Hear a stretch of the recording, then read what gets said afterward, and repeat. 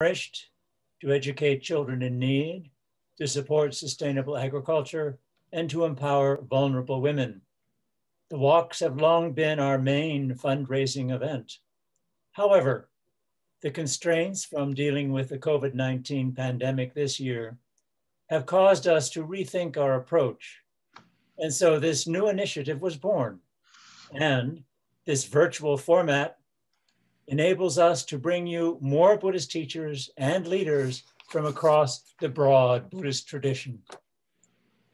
Buddhist Action to Feed the Hungry is a network of online events around the country that allows people everywhere to join us in taking compassionate action to combat chronic hunger and malnutrition.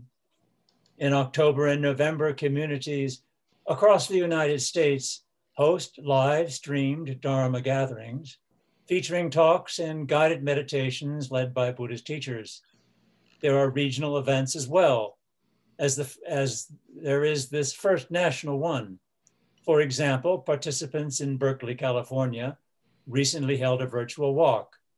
Other recent events have included one in Collinsville, Connecticut, one in Houston, Texas, another at Shravasti Abbey in Newport, Washington. People in Portland, Maine are joining us today, and folks in St. Louis, Missouri will hold a virtual event on November 15th. Buddhist Global Relief funds 41 current projects around the world, including in the United States.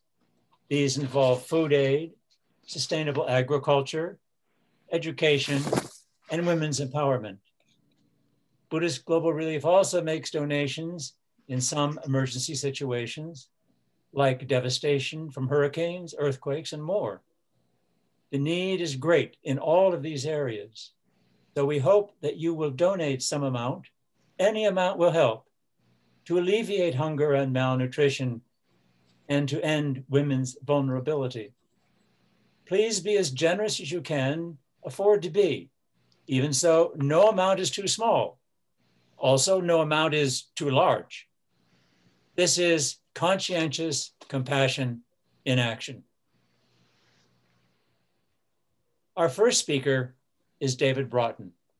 David has worked in the nonprofit field for over 40 years, helping immigrants, refugees, and economically disadvantaged people claim their birthright to fairness, justice, and equal opportunity.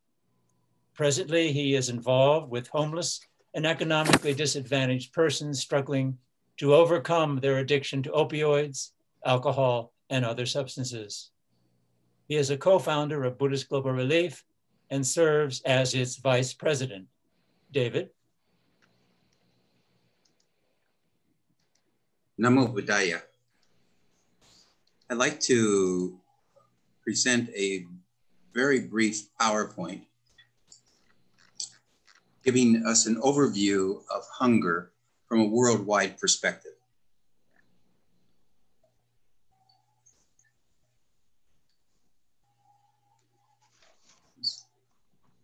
Let me see. Here we go.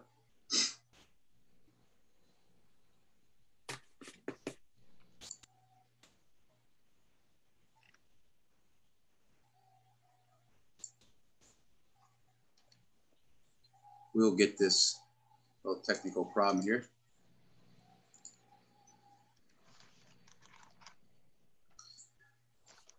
The Buddha said, hunger is the worst kind of illness. Yet chronic hunger, never having enough to eat, is the daily reality for nearly 11% of the world's 7.8 billion people. 80% of the world's hungry live in rural areas and depend upon rain-fed farming, herding, and fishing to survive. Abject poverty is their lot, with the very poor making do on less than $1.90 a day. 60% are women, who, because they are malnourished and anemic, give birth to babies weighing less than 5 pounds. Babies who, if they survive, are stunted and wasted as toddlers and children, developmentally delayed, susceptible to disease and injury, and doomed to eking out a living like their parents. Hunger is the leading cause of death globally, and each year accounts for 45% of all child deaths under age 5. From 2000 until 2015, hunger was on the decline, and the UN optimistically established a goal of zero hunger by 2030.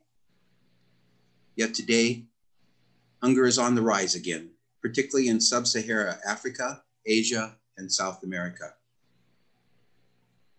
The world produces more than enough food to provide for the nutritional needs of every woman, man, and child. So why do so many go without?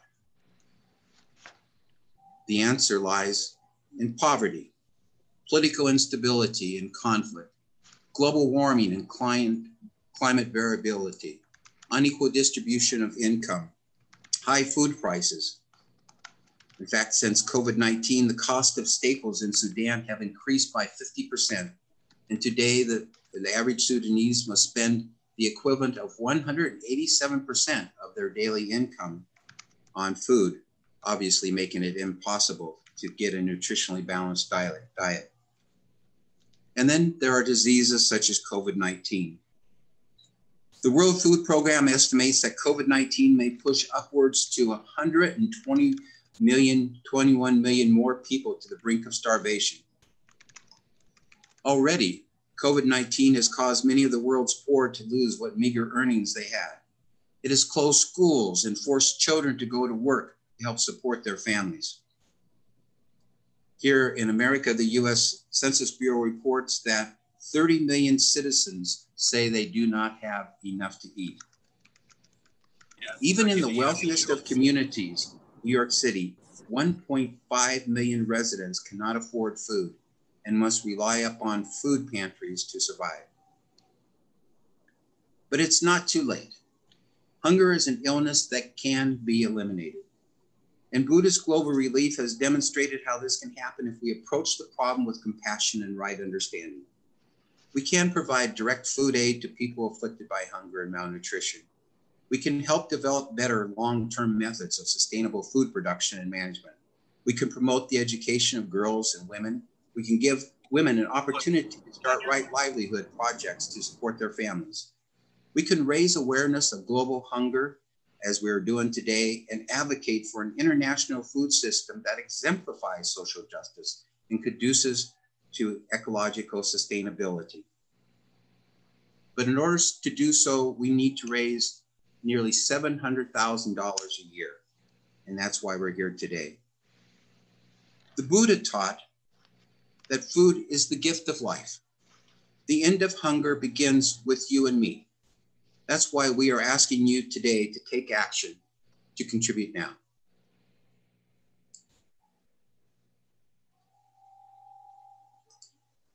And I'll turn it back to Michael. Now, it is my honor to introduce the Venerable Bhikkhu Bodhi, who is the founder and chair of Buddhist Global Relief. Bhikkhu Bodhi is an American Buddhist monk who received his novice ordination in Sri Lanka in 1972 and full ordination in 1973. He was formerly the editor and president of the Buddhist Publication Society in Kandy, Sri Lanka. He returned to the US in 2002 and now resides at Chuangyan Monastery. He is president of the Buddhist Association of the United States. Bhikkhu Bodhi is a prolific translator from the Pali Canon, the most ancient collection of Buddhist scriptures, and he is a popular lecturer on Buddhist teachings grounded in the Theravada tradition. And now, Bhante, we'll listen to you. Okay, first I would like to thank everybody who is joining us today, probably people from all over the world. Yeah, I want to speak a little bit about how Buddhist Global Relief originated and its underlying philosophy. Yeah, BGR, perhaps the seed of BGR was planted back in the year 2007 when a popular American Buddhist magazine called Buddha Dharma asked me to write an editorial essay. And so I wrote the essay based on my observation about the current development of Buddhism in America, where all of the emphasis seemed to be on people's meditation practice, their quest for inner tranquility, deeper understanding, and mindfulness in everyday life. But it struck me that we were losing sight of a very important dimension of reality and of the Buddha's teaching, and that is the extent of what I call the concrete, tangible suffering that afflicts millions of people around the world.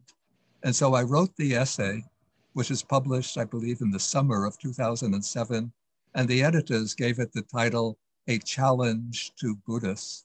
And I said that it's, as Buddhism is developing in the US, we're coming to a watershed moment where we have the choice either of turning Buddhism into a kind of spiritual, something reserved for a spiritual elite to develop in the tranquility of their homes and meditation centers, or a truly ethical teaching that can address the momentous suffering afflicting people around the world.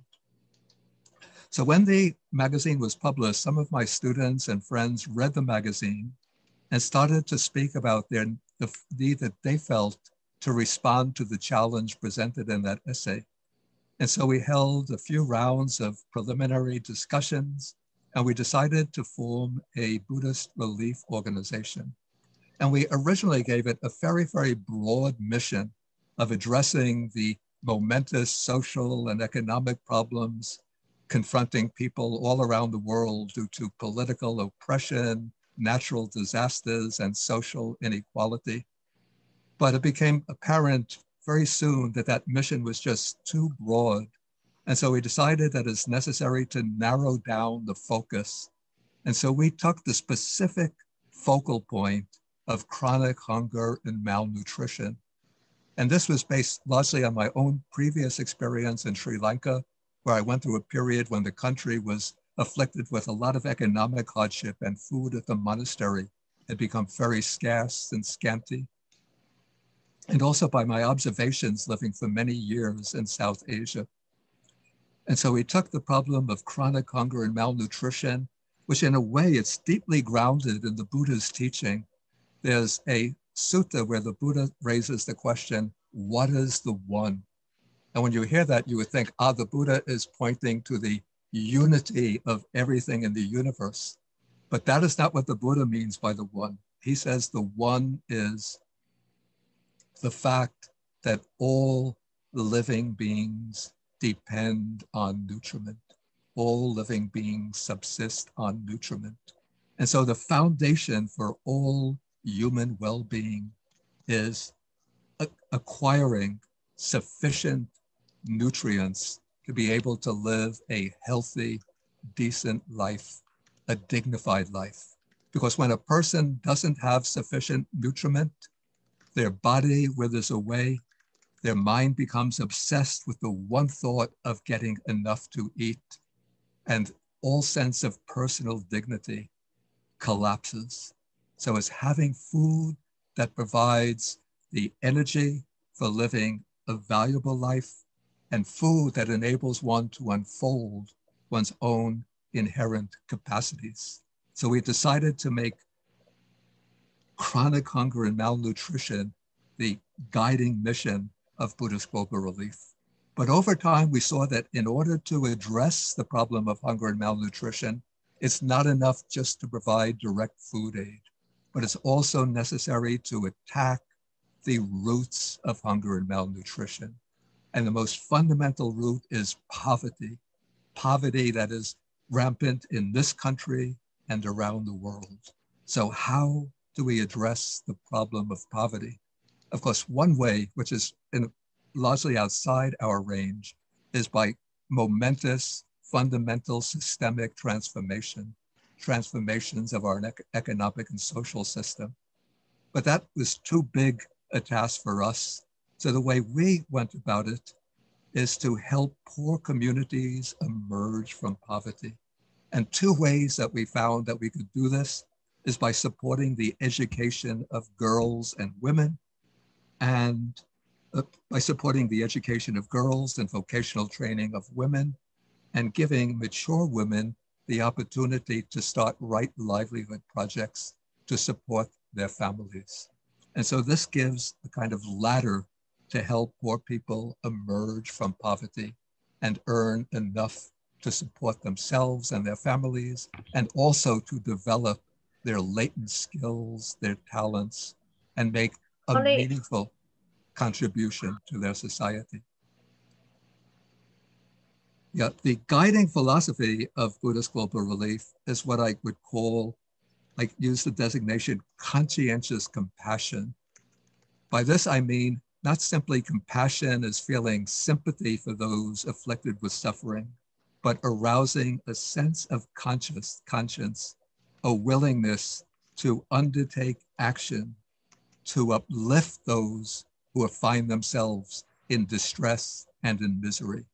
It's a way of translating our highest ethical ideals to translate them into concrete action based on compassion, a feeling of solidarity with others, developing the kind of identification with others that enables us to recognize all people on this planet as if they were our own children, our parents, or our brothers and sisters.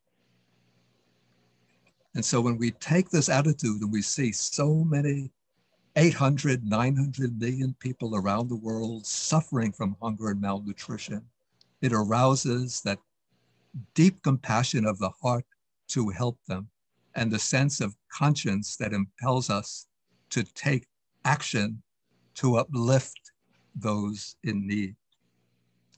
When BGR began, we started with just 3 pilot projects and a bank account, I think, of $20,000, $40,000, I don't remember exactly. But over the years, the number and range of our projects have increased till currently we now have 41 projects in countries spread out from East Asia, South Asia, Africa, Haiti and Latin America to the United States itself. And we've been working with a budget roughly of $600,000 to $700,000 a year, made possible through the generous donations from others. And one of the most recent developments in the unfolding of BGR is the creation of a European partner organization, which established to assist with the projects of BGR, drawing upon help from Europe. And the person who has spearheaded this project is Raimund Hopf, who is joining us from Germany. And so I'm going to turn the mic over to Raimund and ask him to speak a little bit about the formation of the partner organization, which in English, the name comes out to Compassion in Action. My German is very poor, so I won't try to pronounce it in Germany. Raimund, it's up to you. Yeah, it's Mitgefühl in Aktion. Thank you, Bante. Yes, my name is Raimund Hopf from Germany. I greet you all in the United States and wherever you are. It's a privilege to be part of this campaign today. And I just will briefly outline how and why we started this, what we now call Sister of BGR in Europe. When I used to be a Buddhist for quite some time and have actually really enjoyed practicing the Buddhist path, drawing a lot, by the way, from the very scholarly translation of Bhikkhu Bodhi. Bante was a great help. I always had the feeling that there would be something missing if we would only, as Buddhists, kind of sit in our meditation rooms and develop compassion in our hearts for all the world and metta and try to purify ourselves. And if we would not open our eyes and see that there's a broader world and suffering is also out there that hinders people from that inner developing that we are seeking after. So for that reason, I became very interested in the development of Buddhist global relief and quite impressed that Bante, who is founded in very deep faith in the Lord Buddha and very traditional in a way, has such a broad view for the needs in the world. And there somehow started the wish, maybe one day we can do something similar here in Europe and be of greater impact in the world. And then 2018, there was the chance that Bhante was visiting Hamburg for a conference. And I just asked that question if he would start with us a kind of German or European branch of Buddhist Global Relief. And Bhante said yes, but suggested that this organization should be independent on its own, also for legal reasons. And then I started to write an article, and roughly 12 to 14 people reacted, and we came together, and over a process of maybe 1 year, we finally actually founded an organization that is now recognized as a charitable organization, as an NGO, quite equipped to do developing aid and humanitarian aid work in the world. And through the help of Buddhist Global Relief, especially Kim Behan, we were even able to establish some early project contributions. And we are very much in the beginning now. Because of SARS-CoV-2, as we call it now, we were quite limited in our activity, but nevertheless, we were able to contribute to 6 projects. One is the one in Burma or Myanmar of Burma Humanitarian Mission, the backpack medical work. One is in Cambodia with Lotus Outreach and Gate Rise support. One is in India with Bodhicitta Foundation and the Girls Home and Community Center. One in Cameroon, where we support widows and single mothers through vocational training. One is in Senegal, where we support Helen Keller International on a water project and nutrition project. And one in Mongolia with Maitreya Charity, the Hot Meal Project. And I don't know, I still have 2 minutes, I think, or something like this.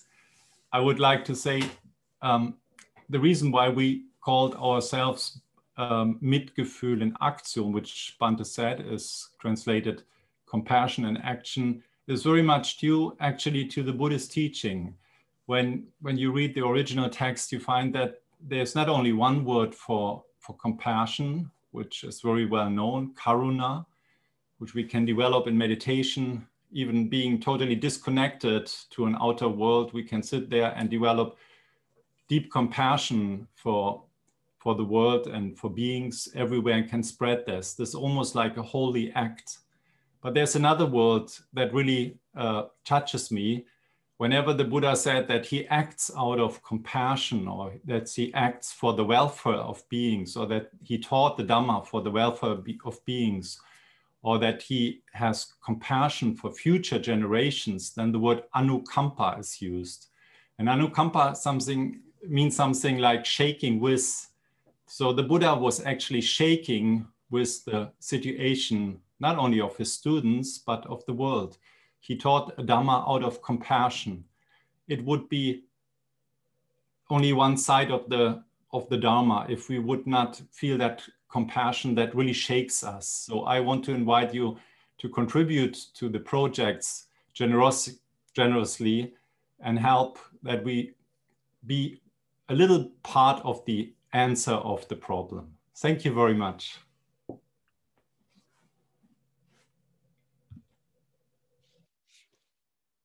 Our next speaker is Patty Price. She's a founding member of Buddhist Global Relief. Patty has over 35 years experience with domestic and foreign educational and human service organizations. Her work has included fundraising at 3 US colleges and 11 years with CARE International, raising funds and awareness for programs empowering and assisting women and children in developing countries with a focus on sub-Saharan Africa. Currently, she is on the board of the Eastern Pennsylvania chapter of the Association of Fundraising Professionals and is a regular speaker at conferences and workshops on charitable giving. Patty? Thank you, Michael. Good afternoon, everybody, or morning, wherever you are. I need a little assistance getting to my PowerPoint, and which I did pull up, but I'm not finding at the moment. So, Kim, does somebody have a suggestion for me how to find? Here we go. Oh, almost. I apologize. I'm a novice at this. And share screen. All right. So my portion at the moment is to reinforce and discuss an overview of what BGR's projects are. And you've heard a little bit about that already. I'll give a little more detail, and then we'll also hear from some of those project partners. And again, as was pointed out earlier, hunger is the worst kind of illness. So food aid certainly is at the top of our list and has been for since at the beginning, since the birth of Buddhist Global Relief. Our first grant back in 2008 for direct food aid was to provide meals. Do you know that your screen share is not sharing? No, I did not know that my screen share is not sharing. Try Let's that green figure button out what again. Hit the green button at the bottom or wherever. I can't even see the green button at the bottom at the moment. Patty, would you like me to share? If you are able to, Kim, that would be terrific. Okay, let me try, Patty.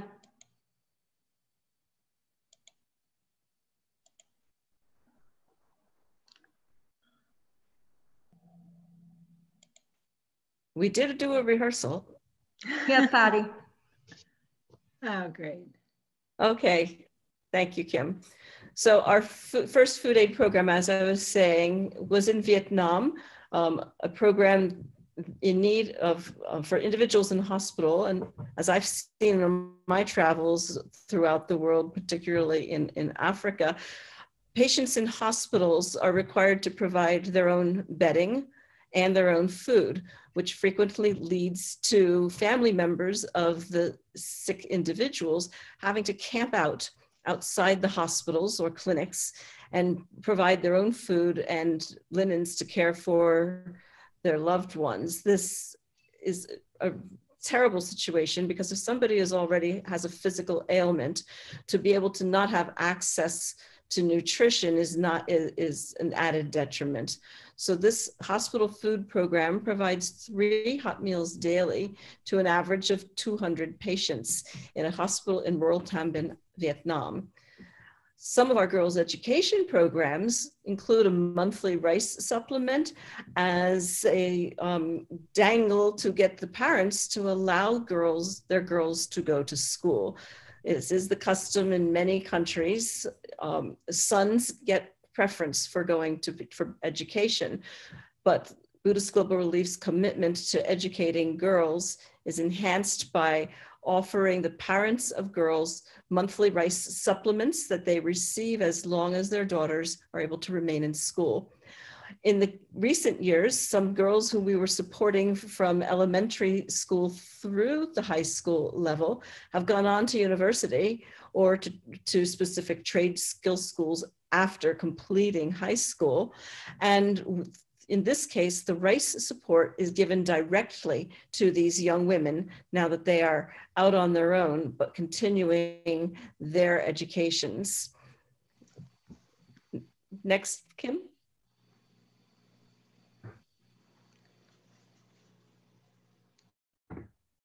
Kim, are you able to advance? Yes. Can you see Patty? No, I'm still on the rice supplement. I think education message your bandwidth was low, so you may not see what Kim is doing, but she's following you. So okay, just go ahead.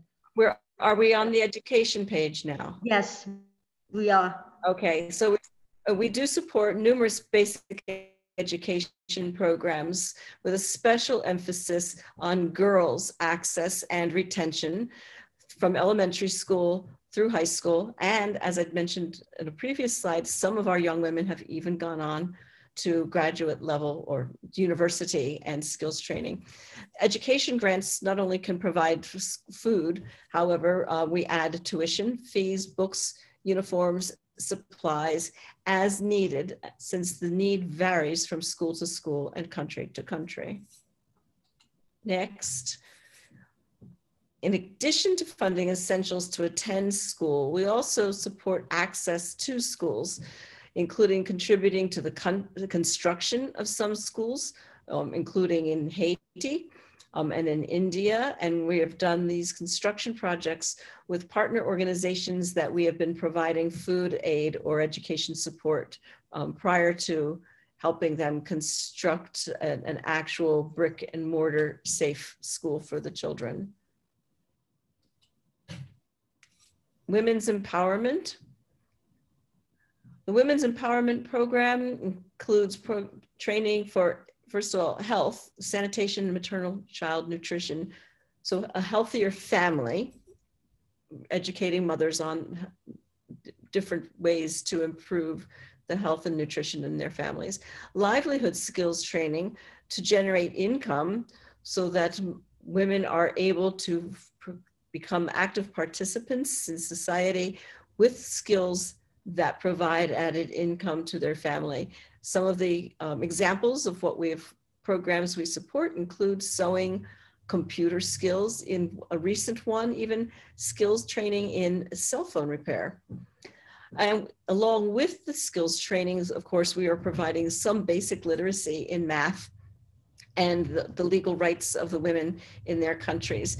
If a woman is producing something that can be sold on the market, she needs to have the basic literacy and math skills to know what her products are bringing on market, what's the fair price, what's the going rate in the community, and to make sure that they're not being cheated. So it's a very holistic approach to the women's empowerment.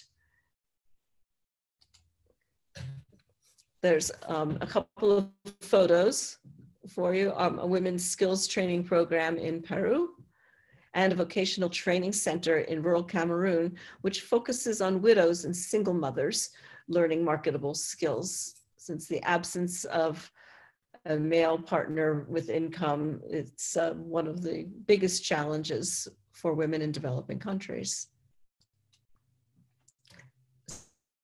Sustainable agriculture. Another very critical area for not just Buddhist Global Relief, but many, many international organizations are addressing the food, chronic hunger, and improving sustainable agriculture.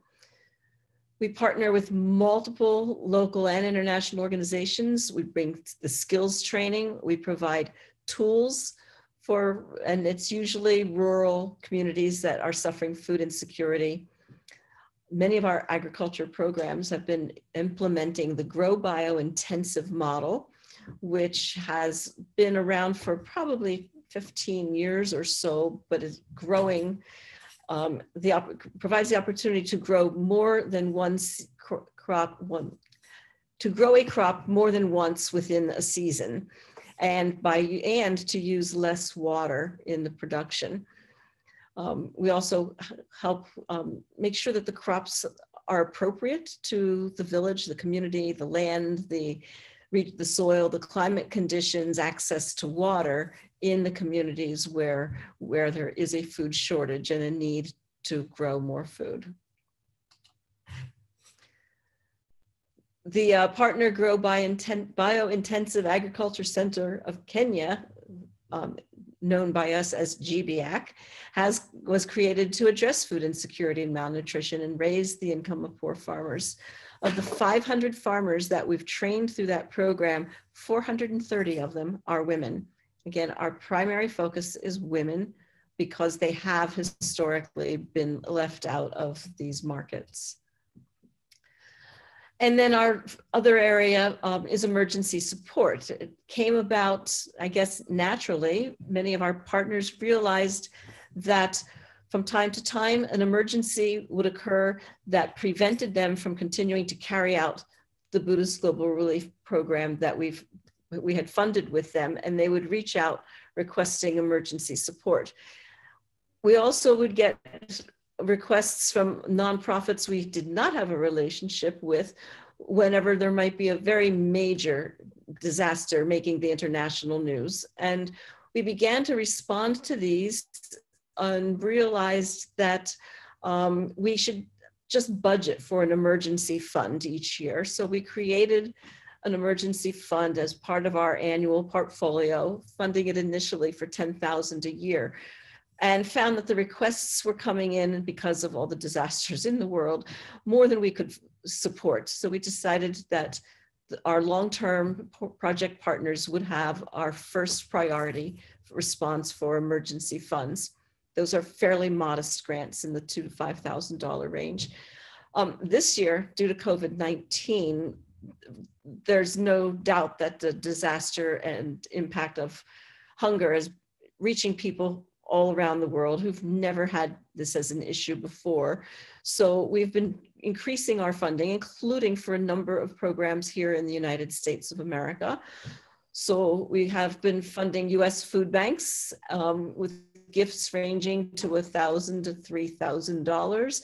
A total of $16,000 to date, and we are making monthly contributions to the US food aid program called Feeding America, and we hope to continue to do that as long as contributions in excess of our budgeted long-term projects continue to come in. So we just wanted to share that we do have this emergency support.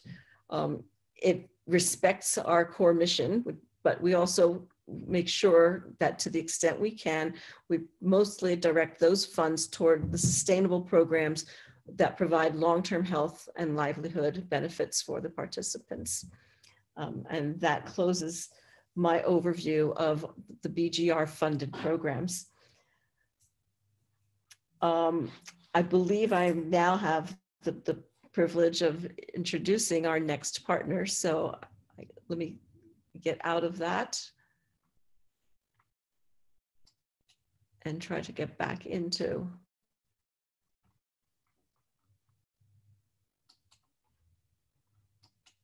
the program.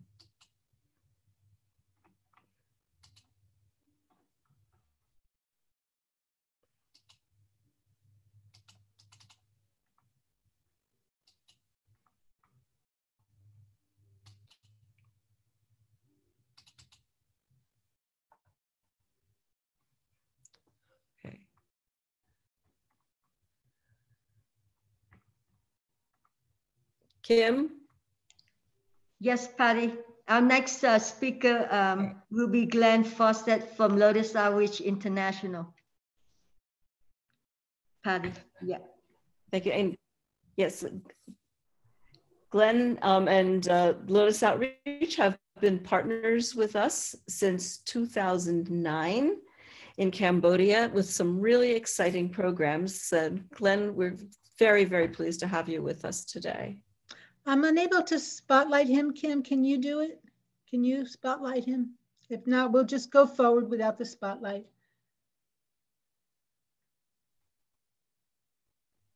Oh, maybe he's gone. I'm Glenn. Hi. Hi. Oh, maybe I can do it this way. Keep talking.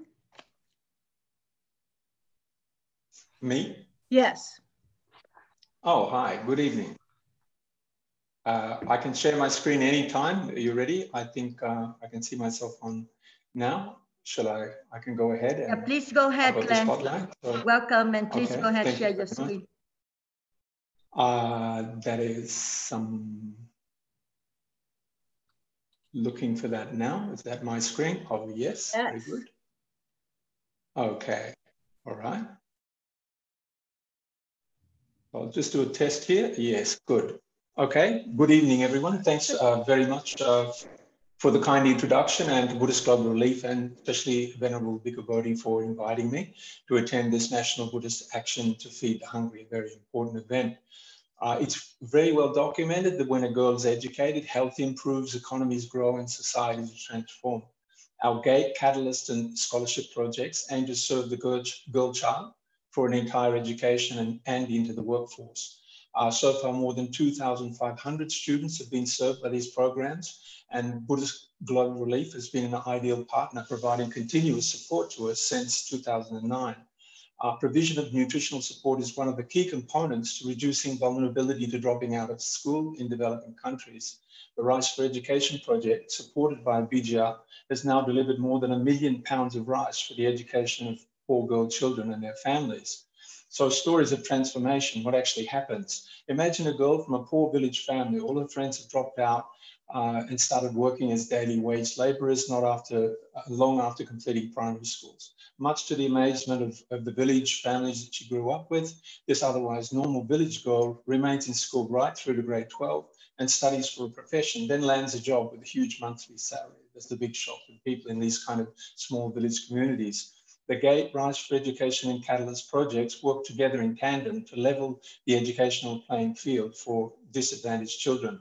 So now let's see how these projects work together and meet some of the girls and the young women in the program. So the Girls Access to Education program is basically a high school-based project. It employs multiple strategies to keep them in school, providing all of their school needs, their books and uniforms, etc., as well as a bicycle, because a lot of them live a long way away from the school, and also 50 kilograms of rice a month, as well as a monthly stipend, and very importantly, a local education working group, which ensures that the children attend and that their progress, academic progress is monitored. Rice for Education is a part of the GATE program, and it's applied to the poorest 20% of the families. We provide, through the Buddhist Global Relief funding, 50,000 kilograms of rice every year. So it's very important to keep in mind that it's not just about emergency food relief, it's also about multiplying the value of that relief by ensuring continued education for girl children and all the children of those families. Poor smallholder farmers only grow enough rice to feed themselves for several months a year, and hunger is their continuous companion. Children get up early and have to go a long way to get to school, and they arrive there hungry and unable to concentrate otherwise.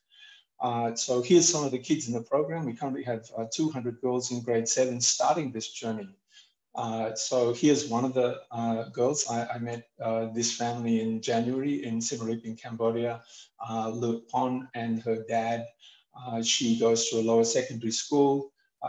She lives 7 kilometers away and rides to school and back every day on a bicycle. And there they are pictured with the rice support that they get from the program, and obviously very happy about that. Her dad is a single parent. He weaves those baskets you can see there. They live in a small, very simple thatched hut, like most of the, about all of the families that are served by this program. So here's another girl, Malamo. Lumo is on the right of her father there with the rice support we give them, just to show that the rice support goes to entire families, not just to the girls themselves. So after the GATE program the girls get to year 10 and 12, we introduce the Catalyst project, which leads to university and skills training. We had project officers who give orientation and counselling on their graduate degrees and skill training options, and partnerships with universities and training institutes to refer them to.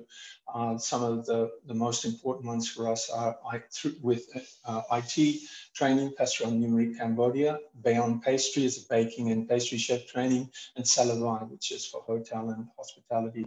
They're the 3 main institutes which we refer the GATE graduates to.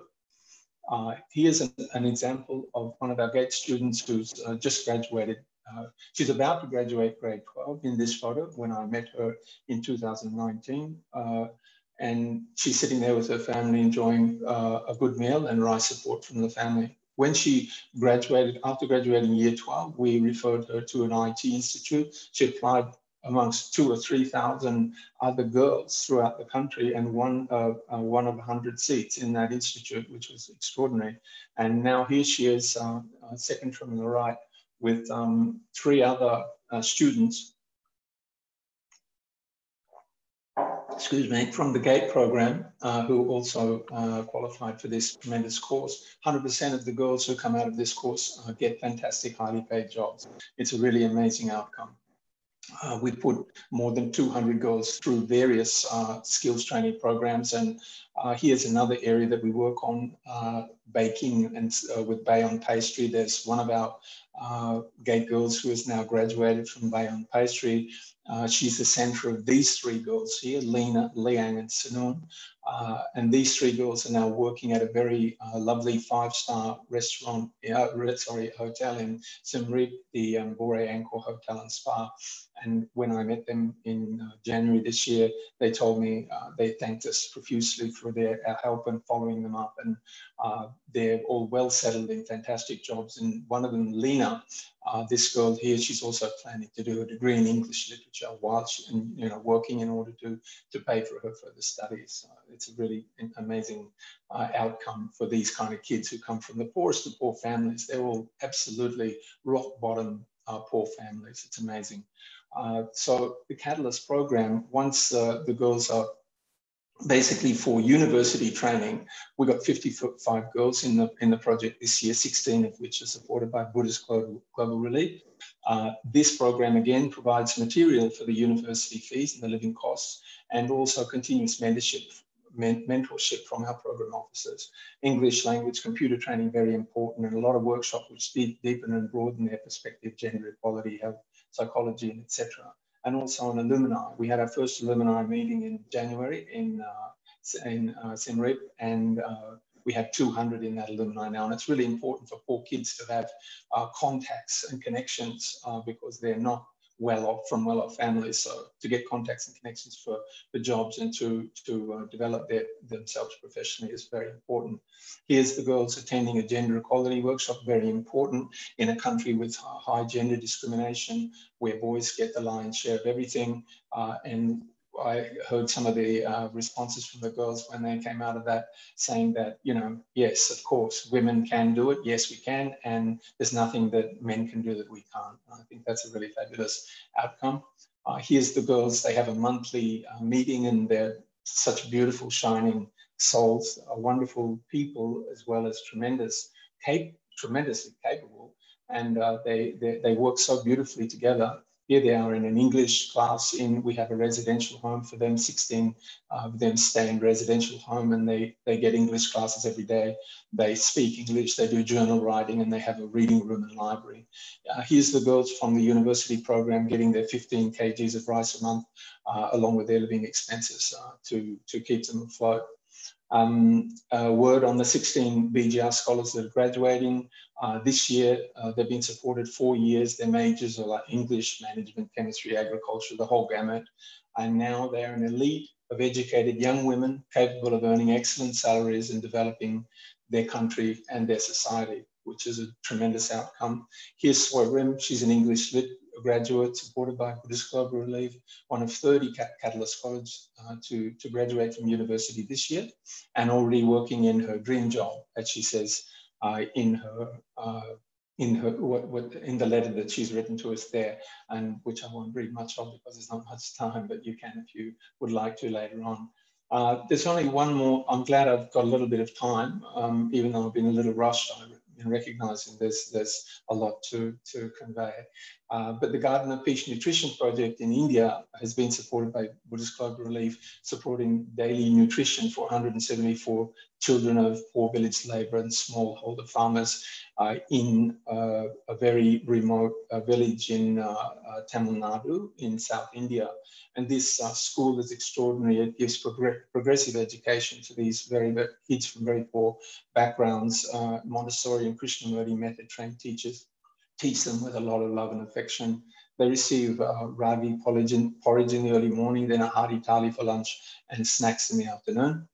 And here's some of the kids enjoying their morning ragi porridge. There they are having their lunch, and including vegetables grown on Nelson Mandela Farm. They're really enjoying their lunch there. And last of all, the Garden of Peace students and teachers walked to Feed the Hungry in October 2019 to raise awareness in villages and in general with respect to hunger and the importance of understanding the way people are experiencing hunger in the world today. And that's all from me. So thank you very much to all of you. Good night. Thank you so much. That was wonderful. Really appreciate it. And you can stop sharing your screen now, Glenn. Thank you. Thank you all. Glenn, that was wonderful. Thank you. We're going to move on now to one of my favorite organizations and the friendships that I've had the pleasure of making with Dan Fiedler, who is the Associate Vice President of Business Development and Strategic Partnerships for Helen Keller International. And a little, I guess about a year and a half ago, I had the honor of traveling to Cote d'Ivoire in Africa to the Northern Korogo region with Dan and the the Helen Keller team in country to visit a number of our maternal child health projects and a few others that were not supported by BGR, but were along the way. So I got some extra inputs and looks at Helen Keller's work. Dan is also joined by Frida Matea, who is the Kenya National Coordinator for Health and Nutrition, and we are delighted that they could both be with us today.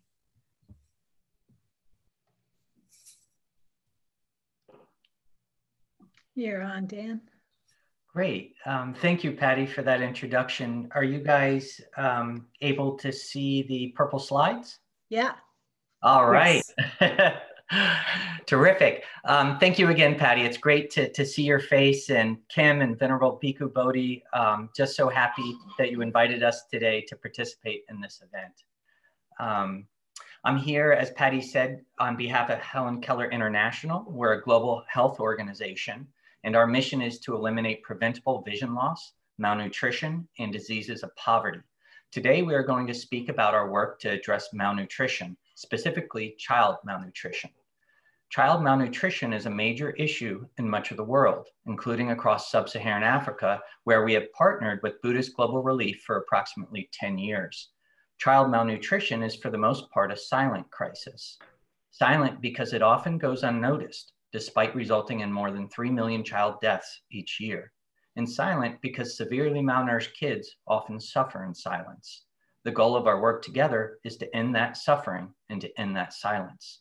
This photo is from a visit that Patty and I made to Cote d'Ivoire, as she referenced, and the children here are brothers. But these are not just brothers, they are actually 4-year-old twins. The smallest child's name is Zie, and unlike his brother, who is healthy size and weight, Zie struggled to breastfeed. He shows obvious signs of severe acute malnutrition and has an increased risk of death. This is what child malnutrition looks like, and this is the disparity that we are trying to end together. To end child malnutrition, Helen Keller International trains workers who in turn train mothers in at-risk communities during the critical 1,000-day period from a child's conception to its 2nd birthday. The purpose of this training is to provide mothers with the tools and knowledge they need to keep their children healthy. For example, as shown in the middle photo, mothers are taught to make a low-cost, easy-to-prepare porridge that can be a simple remedy for moderate cases of malnutrition in children. It typically contains ingredients like mango, peanut butter, maize, and bananas. We also train health workers to identify and treat malnourished children. As seen in the photo up right, a health worker circulates among the women to measure babies for malnutrition, with those children showing the most acute signs of malnutrition, like Zie from the previous slide, referred to a hospital for emergency treatment. Children with less severe cases are treated in the local community. This gives you a general idea of how we work to address child malnutrition. Now I'd like to introduce Frida Matea, who, as Patty said, is Helen Keller's National Coordinator for Health and Nutrition in Kenya, where Buddhist Global Relief also supports our work. Thank you. And I will stop sharing. Let me see. It's red button. Okay. On the share. Oh boy. Oh, here, I see it. Okay. Thank you very much, Dan. Thank you, everyone. My name is Frida. Can you still see my screen? We see Yes. you. We see you, see Frida. your screen, we see you. Okay. All right. Do you want to share your screen? Yes, I had shared. Yeah, your screen, but you need to bring your slides up. No, you need to click the word share probably at the bottom where you go share screen, that blue button, share. Yeah. I always forget to click that. Good. We don't see your screen, we just see you, which is very nice. It's on the bottom. There should be a green button which says share screen. No, not yet. No, I can't see my screen. I can always share the slides, Frida, if that's easier. We can go back and Frida can just. Sure, please share. Okay. Frida can talk and you can share, no Wonderful. problem. Okay. Share yet, Dan? Good. Here we go. Thank you. Thank you, Dan. Thank you for that. So my name is Frida. I'm happy to be here today. I work for Helen Keller International in Kenya. With your support over the past 4 years, we have been working to improve services in local health clinics in Kakamega County. Kakamega County is located in the west of the country, and it has poverty rate of over 50%. Undernutrition is a major problem among children in Kakamega, where nearly 77,000 children suffer from undernutrition. Infant and maternal mortality rates are high, largely because of undernutrition. This high level of undernutrition is because of factors like lack of dietary diversity, unequal household food distribution, lack of knowledge on childcare, poor child feeding practices, and poor hygiene. Next slide.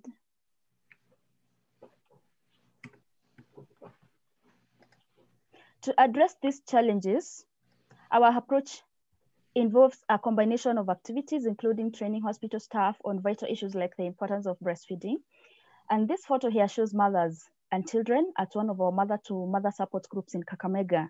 Helen Keller organizes these groups and trains these mothers on a range of activities, including childcare, nutrition for young children, preparing food from locally available products, and initiating income-generating activities. This other photo shows a trainer who is speaking to one of the mother-to-mother support groups. The groups are held at the community level so that mothers can attend without having to walk long distances. Here, this is a nutritionist who is taking child's height at one of our events. The height to weight ratio can help determine whether a child is stunted or too short for age, which is a sign of undernutrition. As stated before, children who are identified as undernourished are referred to care, whether at home, their community, or at the health facility, depending on their condition.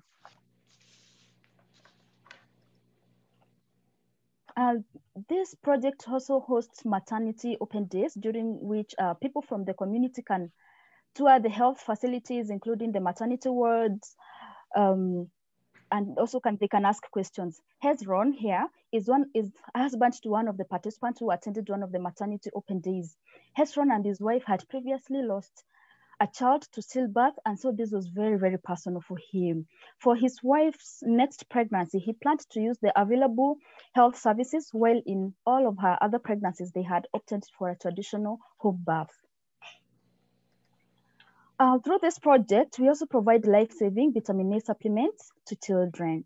Vitamin A is critically important micronutrient typically found in carrots, in mangoes, and other orange and yellow vegetables and fruits. It supports healthy immune system functioning. Lack of vitamin A can cause blindness and significantly increases the risk of severe illnesses and even death. This photo shows what vitamin A supplementation looked like before the COVID-19 pandemic.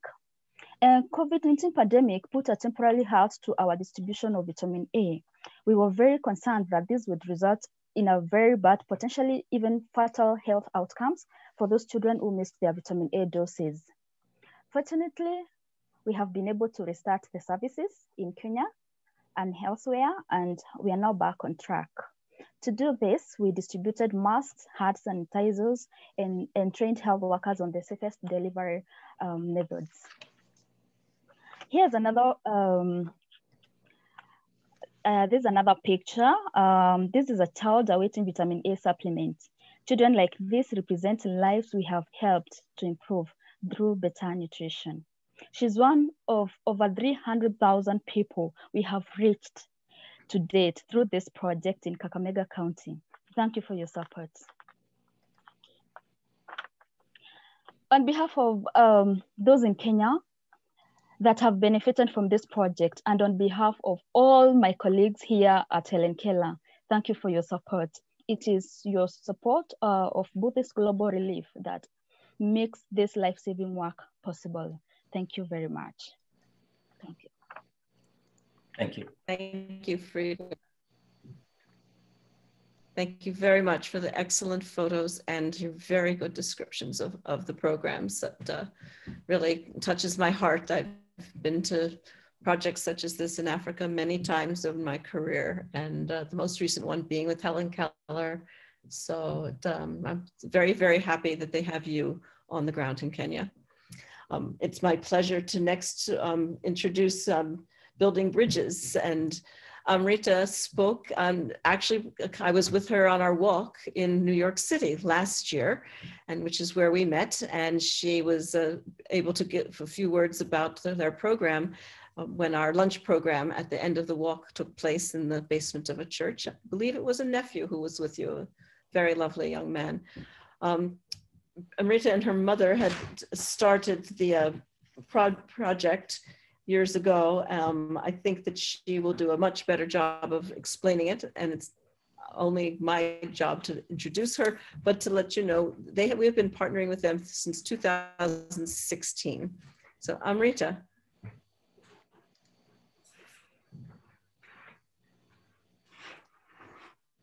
You're on. You are Thank muted. you so, there you go. Sorry about that. Thank you so much, Patty. It is such an honor to be invited to join you today as you do this extraordinarily important work in addressing global hunger, and also to be able to publicly express our gratitude for everything you've done to support our efforts. Before I turn to my slideshow, I want to introduce you to Ghazala Khan, who I believe is online also from Sangrur, India. She is our Assistant Director and Project Coordinator.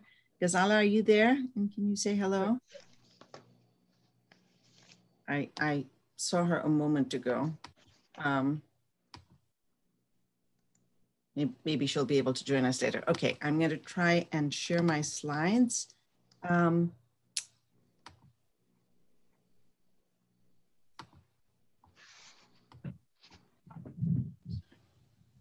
Good, we can see that.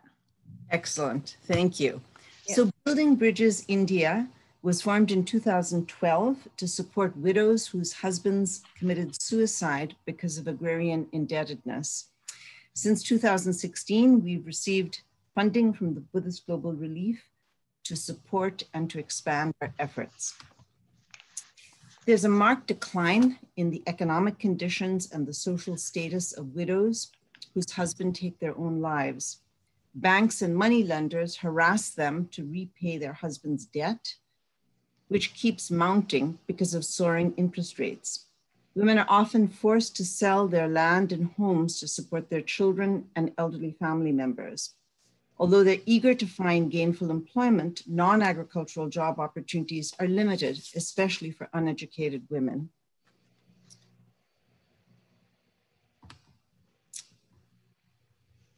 My mother, who is a lawyer, a historian, a filmmaker, founded Buddhist Global Relief after a career, most of which was spent at the United Nations in New York, working for the Division on Human Rights and Women's Rights.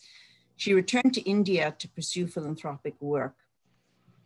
She read a report in a newspaper on farmers' suicide in the Punjab, and because she is a Sikh herself and her family is from the Punjab, she was quite devastated by this report, so she traveled to the region. She produced a film called Harvest of Grief, which is on farmer suicide, and she founded Building Bridges. My mother passed away just under a year ago, and we're honoring her legacy by continuing the important work that she started.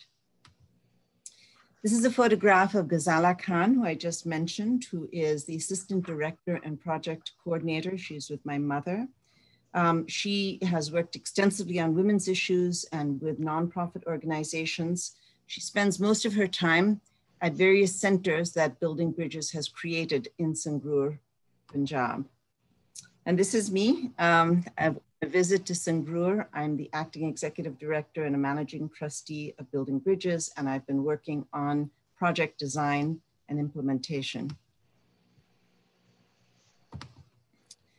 So this is a map of where we work. Punjab in North India is quite prosperous compared to other states in India. It's long been known as the breadbasket of India because it's a major producer of wheat. However, it's marked by increasing class and regional inequalities within the state. It's also a deeply patriarchal region. As you can see from the second map, we're working in Sangrur in 10 different subdivisions and 10 villages there where we have created centers. Our target population is women between the ages of 15 and 35. In keeping with the composition of the community of the region, 57% of the participants are Sikh, and most of the participants are from below the poverty line families. This description here of beneficiaries is taken from this last year, in which there were 219 women who were admitted to the center and participated in our projects.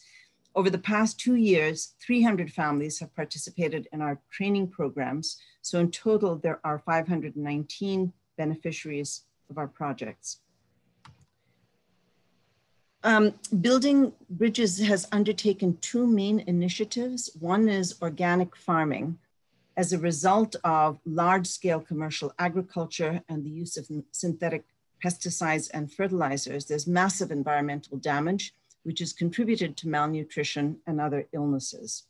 So our projects focus on improving women's health and education through nutrition and preventive healthcare, teaching women cross-crop cultivation of vegetables and herbs for home remedies and to promote health-conscious consumption, and increasing cooperative farming and supporting family farms and community-owned farms. This year, with support from the Buddhist Global Relief, we have started a new initiative, which is the cultivation of herbs. We are promoting the use of herbs to provide a variety of health conditions, from severe and malnutrition to anemia. We've identified a number of regional fruits and vegetables for promoting better health. We've conducted workshops on balanced diets and nutrition, and we're working a lot on improved natal care and health for women and girls. In this first phase of the project, we're growing these herbs for use and for consumption on the local market, but we've also been in conversation with companies that manufacture herbal remedies to see whether we can scale up our production and supply them with herbal products that women are growing.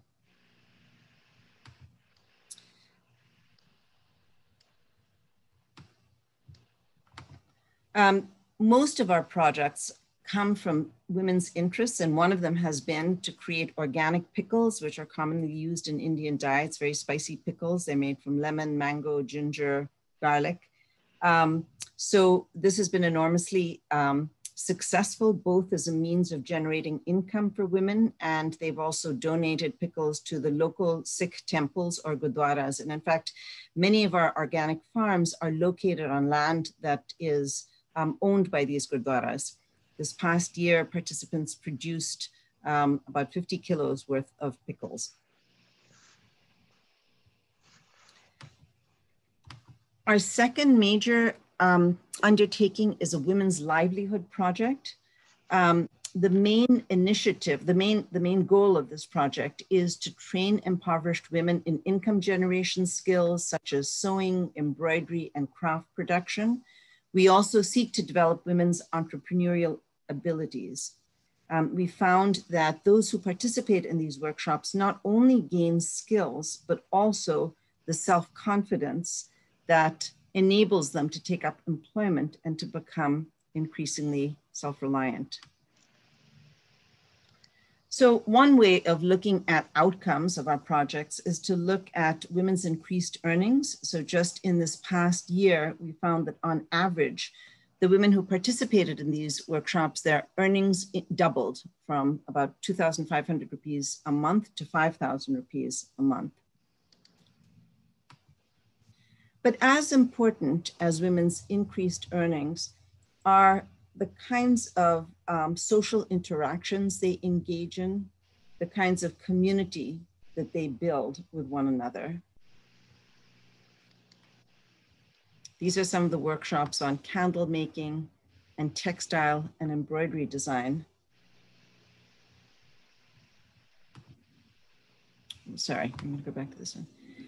Women who were once isolated in their homes are able to share their sorrows, but also to celebrate.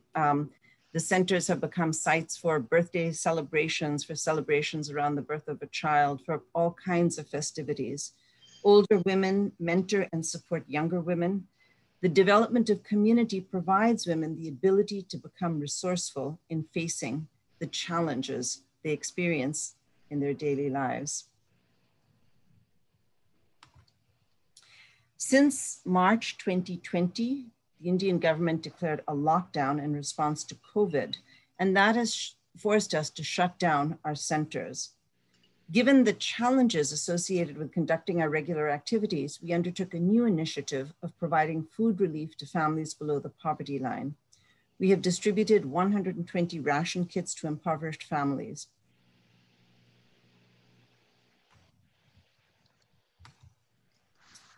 We regularly monitor and evaluate our programs to ensure that participants are from the most economically disadvantaged groups. We've sought to learn what the barriers are to women's participation and how we can help overcome them, largely by engaging and creating close personal relationships with the participants in these workshops. We hope to expand the scale of our activities to include more people and provide them with additional skills. We also are very committed to enabling women who have been trained in the past to become change agents within their own communities. So to ensure that we are not wholly reliant on the expertise of paid professionals, this past year, Building Bridges selected 15 of the most enthusiastic participants to train other women in their villages in the skills they have acquired. We thank the Buddhist Global Relief for enabling us to provide opportunities and hopes for destitute women. Our efforts would have been unimaginable without your support. In a world characterized by growing inequality and polarization, often fueled by the politicization of religion, we're truly inspired by Buddhist Global Relief's compassion that extends across religions and regions. Thank you so much.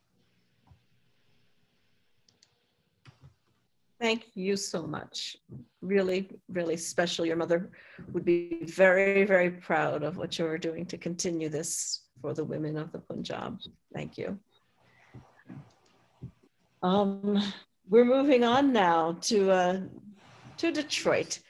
And perhaps 7 or 8 years ago, Buddhist Global Relief recognized that we have a lot of food deserts and areas of food insecurity right here in the United States. We began making some small grants to food banks and some community kitchens, mostly looking at urban areas. And it was I was working at the time, and during a cross-country flight on Delta Airlines, I picked up the magazine to pass the time. There was this amazing article about a gardening program in inner city Detroit called Keep Growing Detroit. So I kept that airline magazine, thank you Delta, and shared it with Kim and a few others on Buddhist Global Relief and said, should we look into this? And I remember getting the thumbs up to call Ashley Atkinson and have a conversation, which has led to a relationship with Keep Growing Detroit since I think about 2014. So Ashley, welcome. We're looking forward to seeing you and hearing from you. Hi, everybody. Can you hear me okay? Yes. Yes. Great. So I'm going to share my screen. I'm Ashley from Keep Growing Detroit. Thank you for that great introduction, Patty. And I definitely want to start out, like my colleagues, to say thank you so much to BGR. We are incredibly grateful for your support, especially the long-term support. I think a lot of us are really working at systems change, which is difficult work that takes some time. And one of the things that I treasure most about our partnership is that you're really investing in organizations that you work with in real, deep, and kind of long-term ways, which is very different than other funders. You really stand out for that. So a little bit about Keep Growing Detroit. Our mission is to cultivate a food sovereign city where the majority of fruits and vegetables that Detroiters consume are produced within the city limits by Detroiters for Detroiters.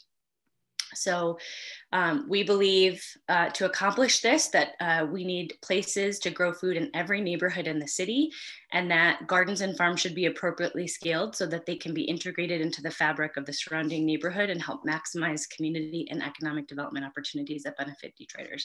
So truly this is systems change, and this is possible in a city like Detroit because we unfortunately have 24 square miles of vacant land in the city, and even more vacant houses.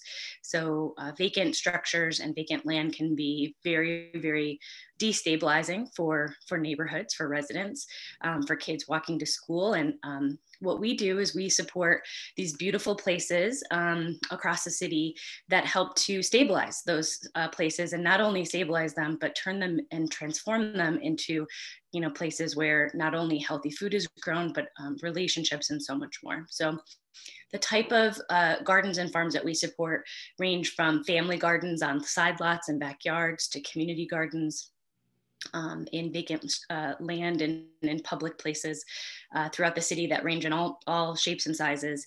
School gardens, including about 50 gardens at early childhood centers, which is a main focus of our work. I'll talk a little bit about later, and market gardens, where the focus of the production is for distribution throughout the community, including sale at farmers markets. So one of the main ways that we support these places is our garden resource program, and BGR has definitely been really critical to making the garden resource program happen since 2014.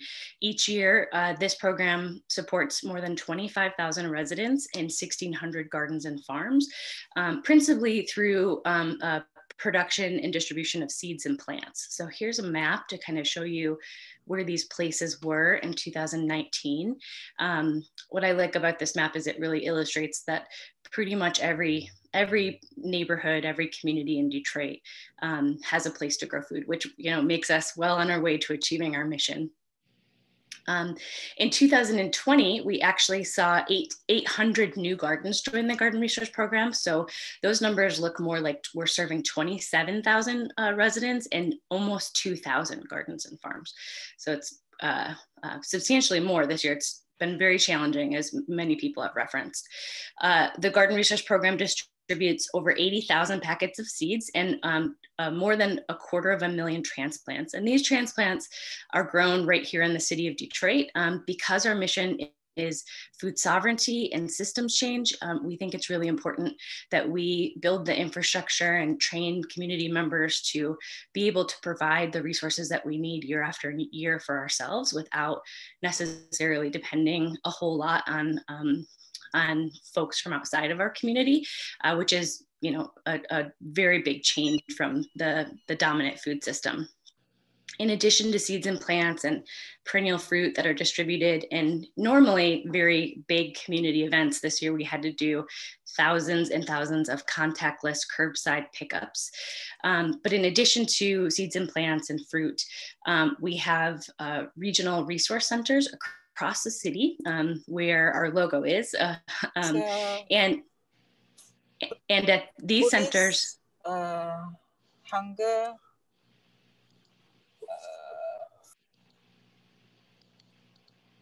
Ashley, you can continue. Okay, and at these centers, we actually distribute compost and wood chips, tomato stakes. We have tool banks.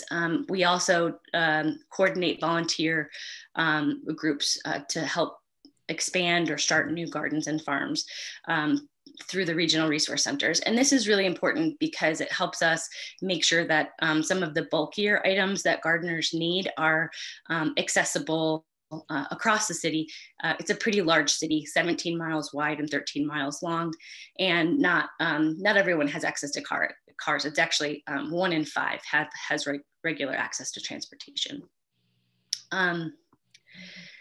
In addition to basic resources for gardens and farms, we actually support gardeners with a whole lot more, from the infrastructure that you see here, ranging from water collection systems, which we just won an award, actually, an engineering award for this irrigation station that you see here, to solar passive structures, which don't require any energy, but allows us to grow 12 months out of the year, to raise beds and other infrastructure. We also support gardens and farms with access to land. And in fact, we collaborated with a couple of other organizations this year to start a Detroit Black Farmer Land Fund that raised $60,000. And we just awarded all $60,000 to 30 growers to be able to purchase their land, all Black farmers. It can be kind of overwhelming if you're a new garden to receive 100 varieties of fruits and vegetables that maybe look very unfamiliar to you. So we support new gardeners, and actually gardeners of all skill levels, with our education series. Last year we had over 80 events, and we worked with over 600 unique individuals at those events. This year we've migrated these events to web-based platforms, and we've seen participation just really exponentially grow as a result.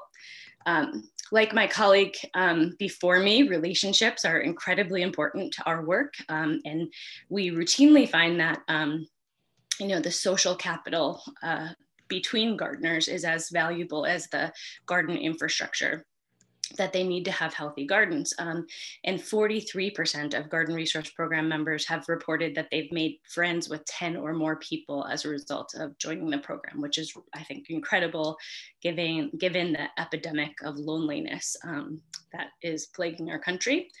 Garden Resource Program members consume 2.5 more servings of fruits and vegetables every day than non-gardeners in the same zip code. And across the network of gardens and farms that we support, we're growing more than 200 tons of fruits and vegetables for consumption, mostly at the community level, but some of it is actually sold at our neighborhood markets through our program called Grown in Detroit. Each year, Grown in Detroit serves between 60 and 90 Garden Resource Program members who are interested in selling their produce through the program. This year, we did not do the farmers market, but we did an online store in CSA. And we were able to support gardeners earning that supplemental income and kind of learning new skills to start farm businesses in the city. We have incubated out over a dozen farm-based businesses in the city through Grown in Detroit since its inception in 2006. And all of those farm-based businesses are still in business, which is kind of amazing. In addition to Grown in Detroit, we work really, really hard to build the connections both between growers and food entrepreneurs like chefs and restaurants and caterers and people that are doing value-added products, because we believe that it's not just the production end of the food system that needs to systemically change, but it's the whole process from policy to retail and processing and marketing. And so we collaborate a lot to really build the relationships and the trust and the connections to facilitate that big change happening. As I said earlier, we do work a lot with families with young children, including nearly 50 early childhood centers that have gardens and farms in the Garden Resource Program. 30% of all the families in the Garden Resource Program are raising a child between the age of 0 and 5. And that's really important to us because research shows that kids develop their relationship to food and nature by age 3. So if we can help facilitate positive relationships and positive examples of healthy food and nature when they're really little kiddos, then we can really help to foster the generational change that we'd like to see. In addition to the gardens and farms and all the folks in them that we serve, we actually also work with about 3,000 volunteers both at our Keep Growing Detroit farm and in farms and gardens across the city every year. And that's a really important way that we both educate the community and help them plug into opportunities where they can either buy local produce and support folks economically, or get involved in one of our partner organizations or in Keep Growing Detroit. And then to wrap up, when we think about growth in our work, we really try very hard to reach deeply into the community and try to find maybe not the folks that are, most able to find us on social media or, in a radio advertisement, but, going door to door and building relationships with emergency food providers so that we're able to reach and serve the folks that need us the most. And some of our outreach and educational activities that do this have been supported by BGR in the past, and they've been really, really important to our work. To leave you all, I will share some of the social media posts that we've gotten this year during the pandemic. As you'll see from some of the messages, we're hearing from gardeners and farmers, both new and established gardens and farms, that their garden during the pandemic not only gave them a peace of mind relating to kind of where their next meal is coming from, but it's also really helped them calm down and be in nature, have those moments of tranquility when they just felt so few this year. And then, also reconnect with the food that heals our bodies. So thank you very much. Ashley, this is terrific. I love the one blurb that somebody left, that gardening is saving their mind right now. There's multiple health benefits from your program. Patty, could I just thank you. Patty, could I just announce that putting a link in the chat to allow people to easily donate to Buddhist Global Relief? Absolutely, because our partners are our partners when we can afford to, as an organization, to support them. So yes, if you've been moved by some of the stories you've heard from this representative group of our partners, please make a gift to Buddhist Global Relief. As you can see, every dollar goes to life-saving and life-enhancing programs that are sustainable ultimately. And we really depend entirely on donations for our existence and to ensure that our programs continue to enhance and in some cases even save lives. So thank you very much for that. We are going to wrap up this portion now. So I want to say thank you to Glenn and to Dan and Frida, to Amrita and to Ashley for being with us, taking time to be with us today. We deeply appreciate it. I think we pass on now to Bhikkhu Bodhi, I believe. Okay, now we're going to have a little musical interlude, but please don't think that this is a chance for you to leave, because the presentation that's going to come up is so beautiful and so deeply moving that when I saw it, it brought tears to my eyes. This is by my good friend, Reverend Heng Shi, who is the senior American disciple of the great Chinese Tripitaka master Xuanhua. Venerable Reverend Heng Shi is the chairperson of the Dharma Realm Buddhist Association based in California, and he's the abbot of the Berkeley Buddhist Monastery, and he's also an extremely skilled banjo player and folk singer. So he's recording this from Australia, so this is a pre-recorded presentation which he sent to me this past week. Please bring up Reverend Heng Shi. Good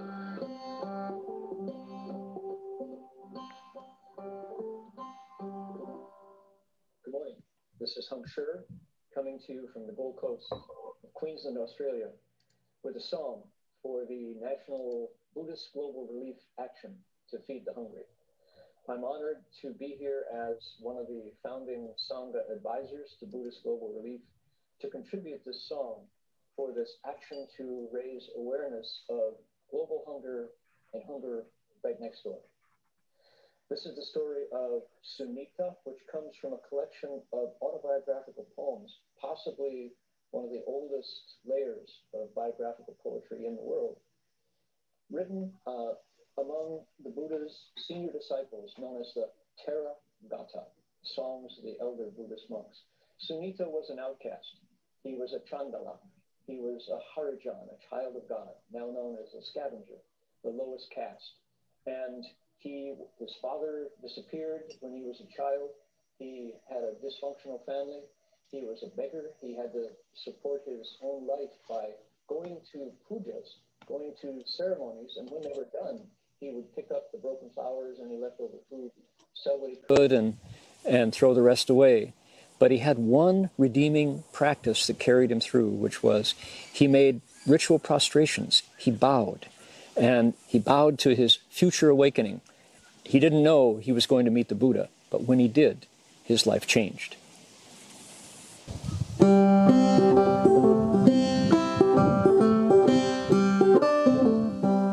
I was born poor in a lowly family.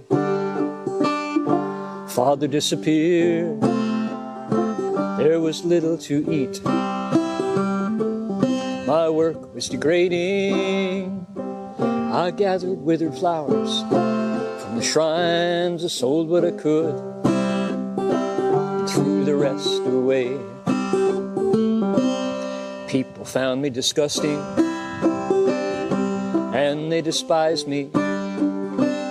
They just ignored me, or they looked away.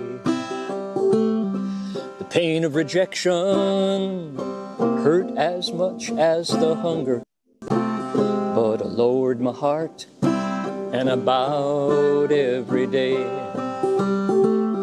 Then I saw the great hero entering the city, the greatly awakened one with his monks in line, the most supreme of the Magadhans, walking like a lotus, pure and refined. Now, being an outcast, for Sunita to draw near the Buddha, who was a kshatriya, the warrior, the ruler class, if the shadow of an outcast touches the body of a Brahmin or a kshatriya, the legend says they can never wash it clean. And the upper caste person is within his rights to beat him, kick him to the curb, or do him physical harm. Sunita, because of his practice of bowing, sees the Buddha and takes his chance. I lost all fear. I set down my pole and baskets. I drew near and I wanted to bow. And then he, the conqueror of Mara, stopped the line. He stood still out of kindness just for me.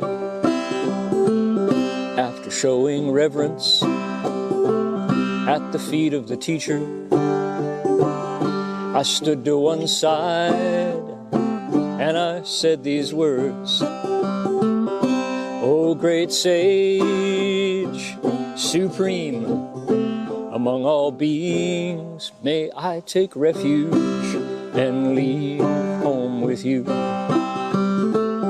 The compassionate teacher raised one hand in a blessing with the sound of kindness for all the world. He said, "Come, monk." That was my ordination. I left home and my new life began. Now, if this were a movie, the scene would show a lonely hut high in the mountains and Sunita cultivating as a hermit, following the Buddha's instructions out in the wilderness. Now I live alone here in the mountains. I never tire, I cultivate the way, following my teacher's words, just as he taught me, with one mind, by night and by day. As the sun went down, I entered Samadhi. I saw my past lives, I opened my heavenly eye. Just before dawn, I broke through the mass of darkness. To the state of the deathless, I did certify.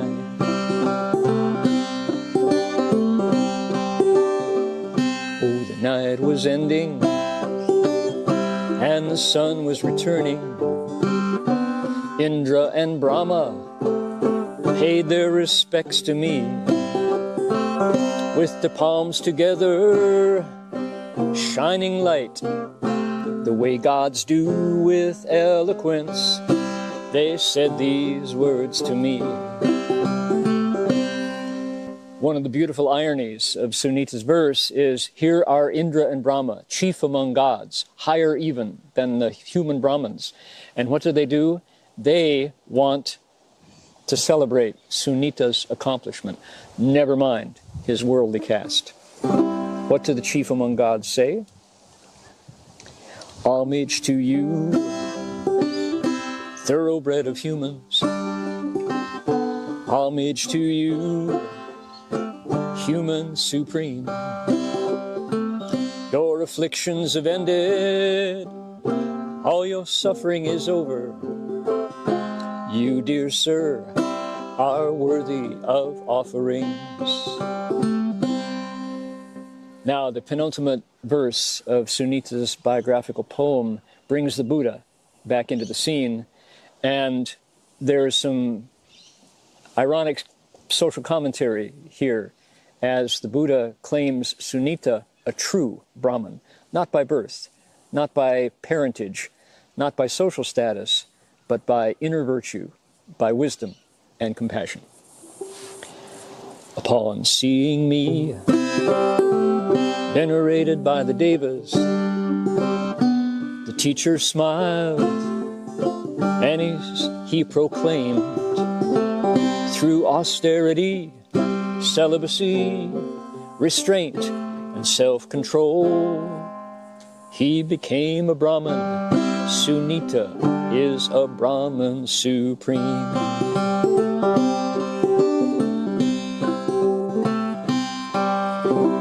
The story of Sunita.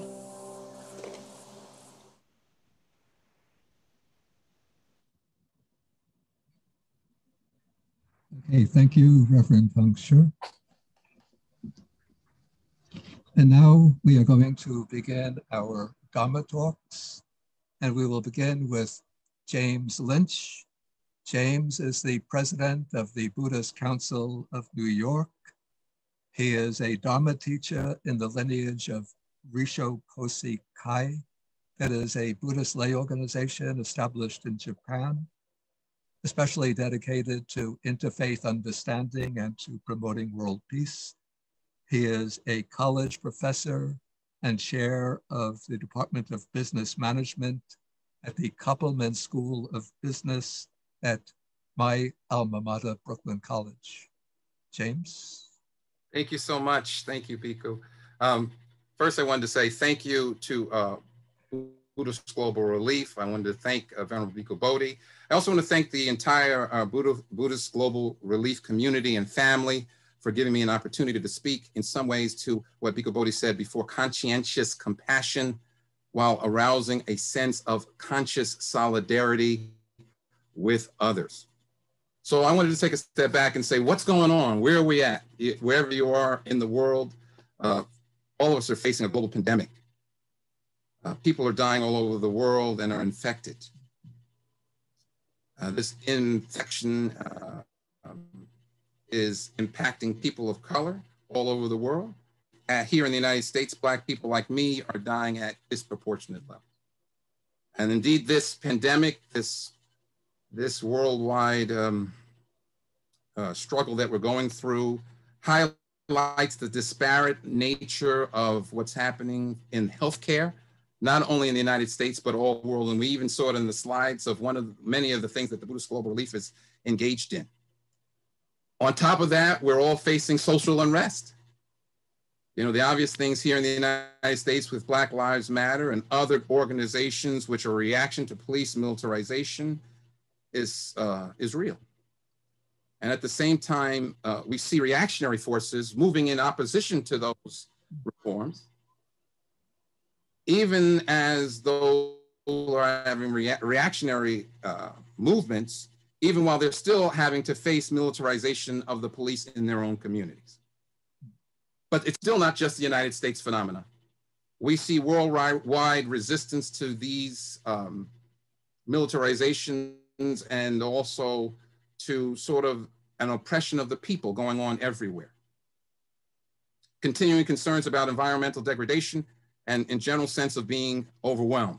Here we are on Zoom. I don't know about everybody else, but I'm zoomed out. Everybody's zoomed out. We're always on Zoom. So a lot of our time and a lot of our pressure is on us all the time. But as Bhikkhu Bodhi noted, all living beings rely on nutrients. And feeding people is a very real sense of showing our compassion and our humanity. But in order to do that, at least from my perspective, in order to do that, we need to see things as they are. Buddha say that, it's like this mystical thing, see things as they are. What does that mean, right? What does it mean to see things as they are? But for me, the word that comes up as a Buddhist is non-dualism. Non-dualism. To see the suffering of the other as the suffering of myself. It doesn't matter where you are in the world. It doesn't matter what you look like, what your race is. It doesn't matter what your town is. To see your suffering as my suffering. And in fact, it requires me to act. And the key point that I see in my role as the current president of the Buddhist Council of New York, I always say current president because I know it's only a temporary role and that I have to honor it with sacredness. But one of the things I realize as I'm having to work through, not in my neighborhood right here, I'm in New York City, as I put my hand over, but we've had protests and things of that nature. I had to remind myself to take care of myself internally, psychologically, to remind myself that our beliefs can blind us. You know, you could be right and angry, right and destroy someone's hope, or right and loving. Be right and compassionate, or right and uncaring. The question is our emphasis just on being right? And in my dialogues recently I've had with Quaker communities, one of the things they say to me all the time is, make sure not to hold your truth too tightly. And why is that? Because they always say you need to have room for your truth to grow and change. I think that's a beautiful way of looking at it. So while we're going through these challenging times, I wanted to say that this is an auspicious time. The truth is pandemics and social unrest have happened before, but prior to now, much of what's been on has been hidden. No one cared. For example, I go back to the police because I've been doing a lot of work with the police. I'm not anti-police. People in my family have been police, but we've got to be honest about what the police have done. The police departments in the urban communities moved from small caliber guns to .38s because they believed the lower caliber guns couldn't penetrate black skin. So that was the unhidden thing. Nobody even thought about it. We're getting bigger guns. Nobody's even thinking about it. So now we're at a time when causes and conditions have changed so that that which was hidden is now revealed. Indeed, President Trump's election, I'll mention it because we have an election coming up, left many shaken as, and brought to the fore that which is again embedded in our collective unconsciousness. Indeed, as Bhikkhu Bodhi mentioned, I'm a teacher, and my students, when Trump was initially elected, in a class of about 150 people got up, as a white young man got up, and tears were streaming down his face in the middle of the class. He said, I don't want to be thought of as a racist. I don't want to be thought of as a person who can't help people. And I looked at him and I said, isn't it beautiful that you got up? You have tremendous compassion inside of your heart. You have renewal and hope. And so for me, as a Buddhist, looking at him crying in the middle of the classroom, asking for help, What should he do? I said, that young man put others first and was sharing his compassion, cherishing others. And so a lot of the things that we try to do on the Buddhist Council is try to put others first and cherish every encounter. What's been happening on the local front? Making sure that our member communities are being vigorously protected in the context in which the current political climate often demonizes such things as the global pandemic. We have a large community of Asian heritage believers here in New York. And so when the president calls it the China virus, it's hurtful and harmful. Indeed, as a result of that, here in New York, we saw the rise of hidden and overt acts of bias and violence against the Asian community. And we're committed to stand firm. Why? I'm an African American. Because we have to have compassion regardless of what we look like. Appearances can be deceiving. It's our compassion and love that matters the most. All right. One other thing I wanted to talk about the Buddhist Council quickly, just so you know that in harmony what I see Buddhist Global Relief doing, we're working on something called the Peace Team, which is the idea of revering the sacredness of others. We're working on restorative justice, election protection, bystander intervention, unarmed civilian protection, and mediation training and nonviolent communication. All of this goes to the idea of bringing peace and through our practice into the world. So in a lot of ways, I have a short time, so I'm going to make sure I put it down. I wanted to give you an analogy. And a lot of times we go out and we go into the world, and I want you to think of everyone as like a pie that you meet. All of us are like a pie. And the goal is to get to the sweet center that's in front of you. We all have a crust. That's our pain, our suffering, our fear. And when you meet that person who has views and ideas that are in direct opposition to you, I want you to think of that person as having a sweet feeling inside of them that you must dig to get. For at the end of the day, we must give each other hope based upon our practice to do for others and our willingness to go first. We can't rely on the other to go first. We have to go first. And so I say again, we're not powerless. We can and we must act. Again, this idea was cherished every encounter when I changing my modification of what I was going to talk about, because I wanted to listen to what the presenters were giving. And one of the things that came up to me as I was listening is, why are we Buddhists? Or if we're not Buddhists, we must ask ourselves, why were we given life? And that personal peace is not enough. If in our case, suffering brought us to the Buddhist practice, or even into this moment in time, then other suffering should not frighten or worry us. It must cause us to act. I was thinking Buddhist Global Relief reminds us that there can be no compassion in this world without action. Buddhist Global reminds us that there can be no joy without action or love. These virtues don't happen in isolation, but in our shared humanity. Indeed, we can and we must take care of our anger and the anger of those who are in opposition to us, even violent opposition. And I wanted you to think of this. Even a worm can feed itself. We who have been given life, and those words come from founder Nico Nuano, even a worm can feed itself. We've been given life through the interaction of the universe, and we can and must do more. We must seek through our livingness to not only obtain peace for ourselves, but liberation and freedom, which includes freedom from hunger for others. What a beautiful thing. To realize that we're not alone, that we're part of the great life of the universe, and that to know that the universe sustains you in all life. The last things I wanted to say is the old system is falling away with its death pangs. And yes, it can be disturbing, but at the same time, we can see the birth pangs of a new sustainable world is emerging. Like an old rhythm and blues song Sam Cooke used to sing, is a change is going to come. And to a world aflame with greed and anger, I would say, let our words and actions, yes, our votes, move us towards a land of peace and justice, and to create a real beloved community, honoring the fierce urgency of now, so that we can all live in the eternal world of tranquil life. Thank you so much. Thank you, Bhante. Thank you. Thank you.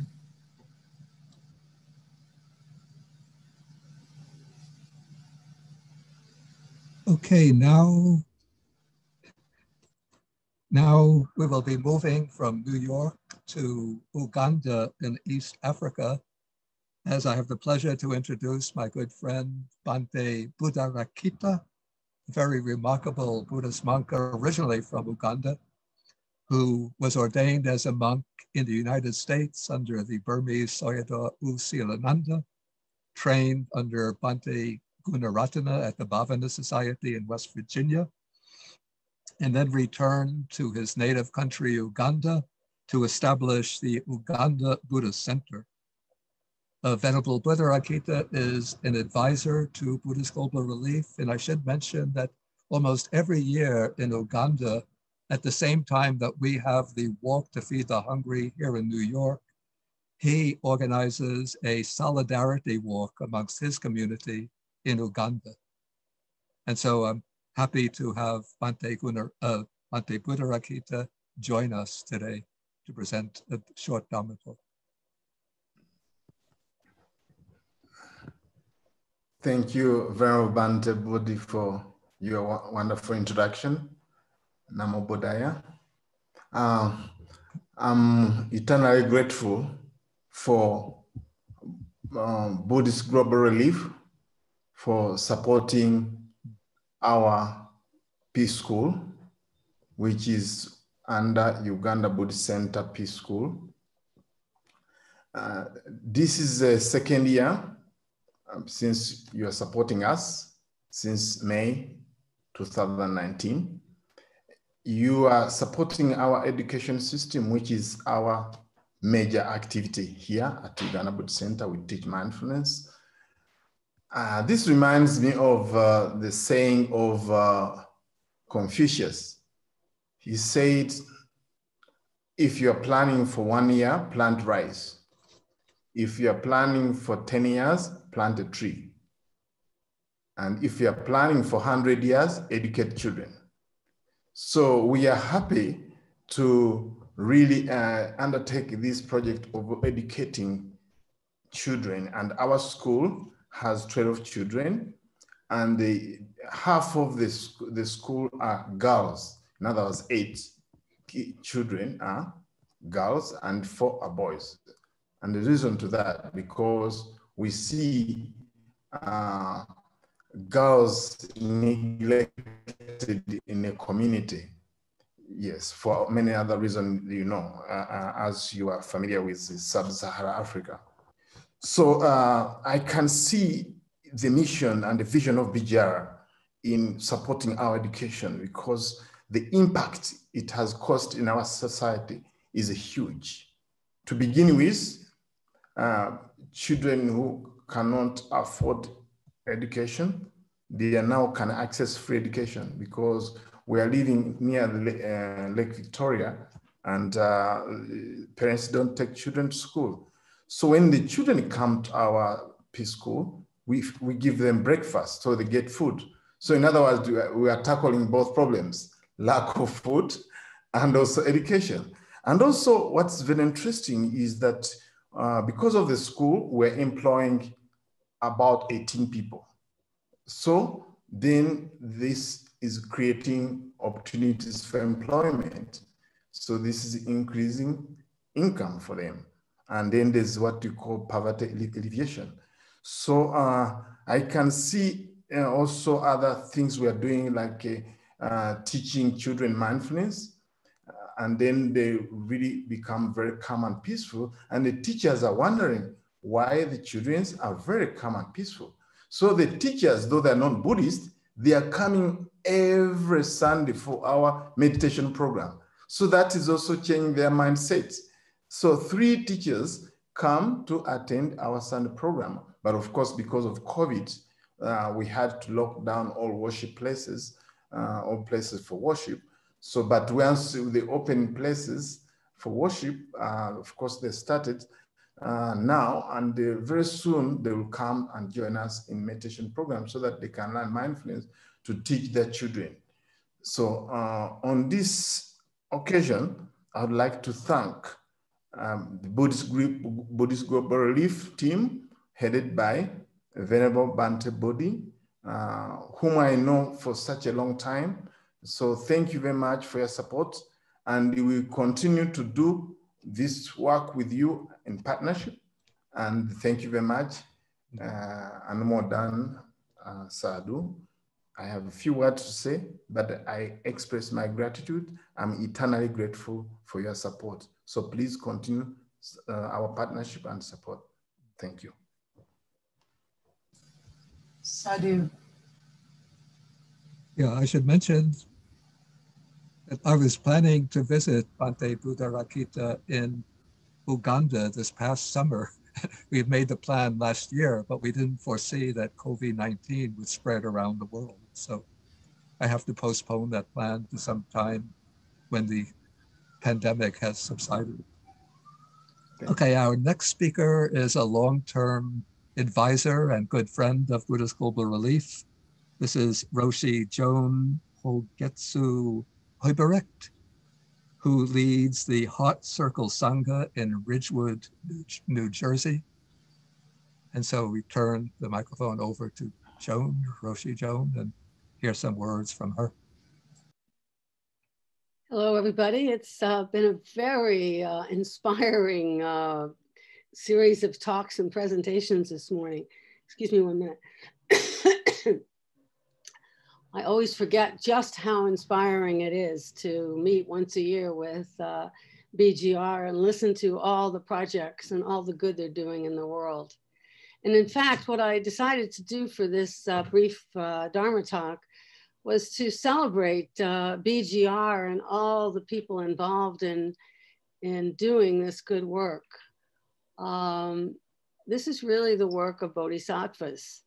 And it's wonderful to see and hear of your projects and all the places in the world where you're reaching out and making such a big difference with food, and also with increasing the distribution of money, so that it's an old economic theory that the more money you put into the economy, the more money it generates. And so just putting, funding these projects increases the economic welfare of those communities. So this is really a group of bodhisattvas. The donors, the NGOs, the administrative group at BGR here in Colorado and in New York. And being a bodhisattva is actually quite, takes quite a toll. You know, it's not so easy. It brings a lot of joy, but it's also exhausting, and it takes a lot out of everybody that's involved in it. So I wanted to read to you or chant to you the bodhisattva vows that my lineage chants on almost every occasion. We close every event with the bodhisattva vows. Sentient beings are numberless. I vow to free them. The illusions are inexhaustible. I vow to put an end to them. The Dharma is boundless. I vow to master it. The enlightened way is unsurpassable. I vow to embody it. So if you look at this closely, I'm sure all Buddhists have some version of this bodhisattva vow. The vows are actually largely impossible. Sentient beings are numberless. I vow to free them, or another translation is I vow to save them. So saving all sentient beings is quite a task. And yet it's the aspiration quality of it. You're all out there doing it. You're making such a huge difference in the lives of people all around the world. And it's inspiring. It's aspirational. So I want to thank all of you who are doing this work, all of you who are feeding the hungry. That picture of the twins was heartbreaking. The two twin boys, where one was so tiny and the other looked like a normal 4-year-old.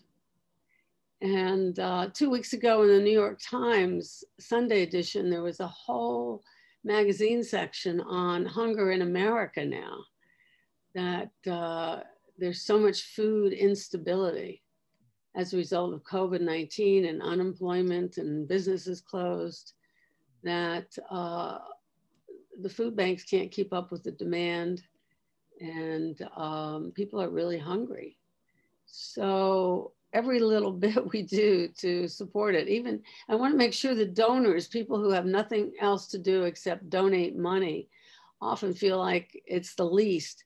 But in fact, it's really important, because labor is incredibly valuable, but money really makes the difference.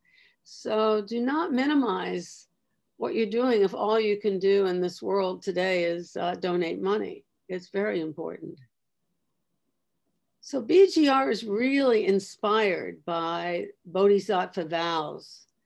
And even though Bodhisattva vows are impossible to fulfill, they inspire us to stay awake and to pay attention to what's happening around us.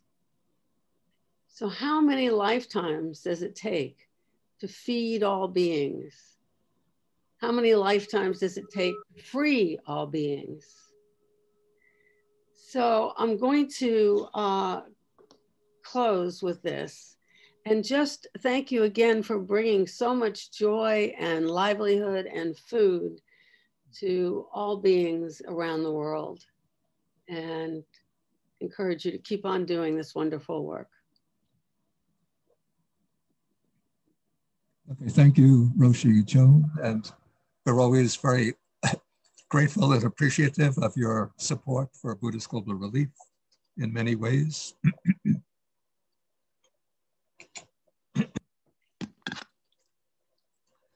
Our next speaker is the Venerable Khenmo Drolma. She is the abbess of the Vajra Dakini Nunnery in Maine, and she is ordained as a bhikshuni, a fully ordained Buddhist nun, in the Drikong Kagya lineage of Tibetan Buddhism. And she is a close pupil of the head of that particular lineage, His Holiness Chetsang Rinpoche. And also I would add that over the last few years, every year, Venerable Drolma has been leading a walk to feed the hungry in Portland, Maine. But this year, because the walk is not possible, we convinced her to join us for the national event and to be a guest speaker at this event. So I'm very happy to request Venerable Khenmo Drolma to speak some words.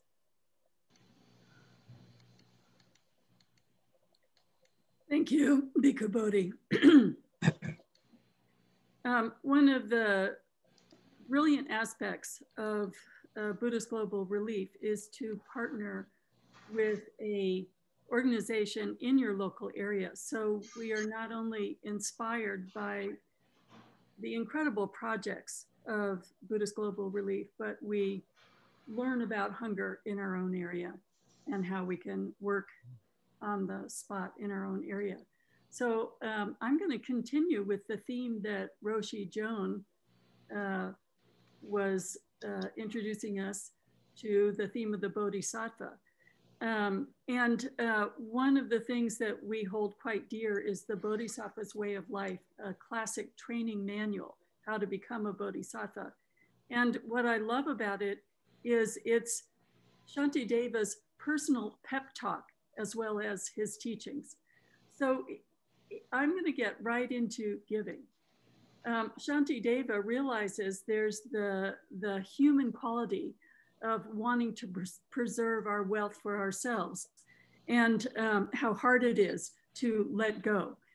And he has an extraordinary verse that just brings that right to the fore. So having been inspired by all the presentations today, and as we're on our way to our purses and our checkbooks, this might naturally occur to us. If I give this, what will be left for me? He immediately brings up that moment of hesitation, thinking of oneself, this is the way of ghosts. The question I should be asking myself is, if I keep this, what will be left to give? If I keep this, what will be left to give? Concern for others is the way of heaven. I wanted to bring up one of the stories about giving that touched me the most in this incredible time that we're living in. We're all aware of, I hope we're all aware of the devastation of Native American families as we founded our country.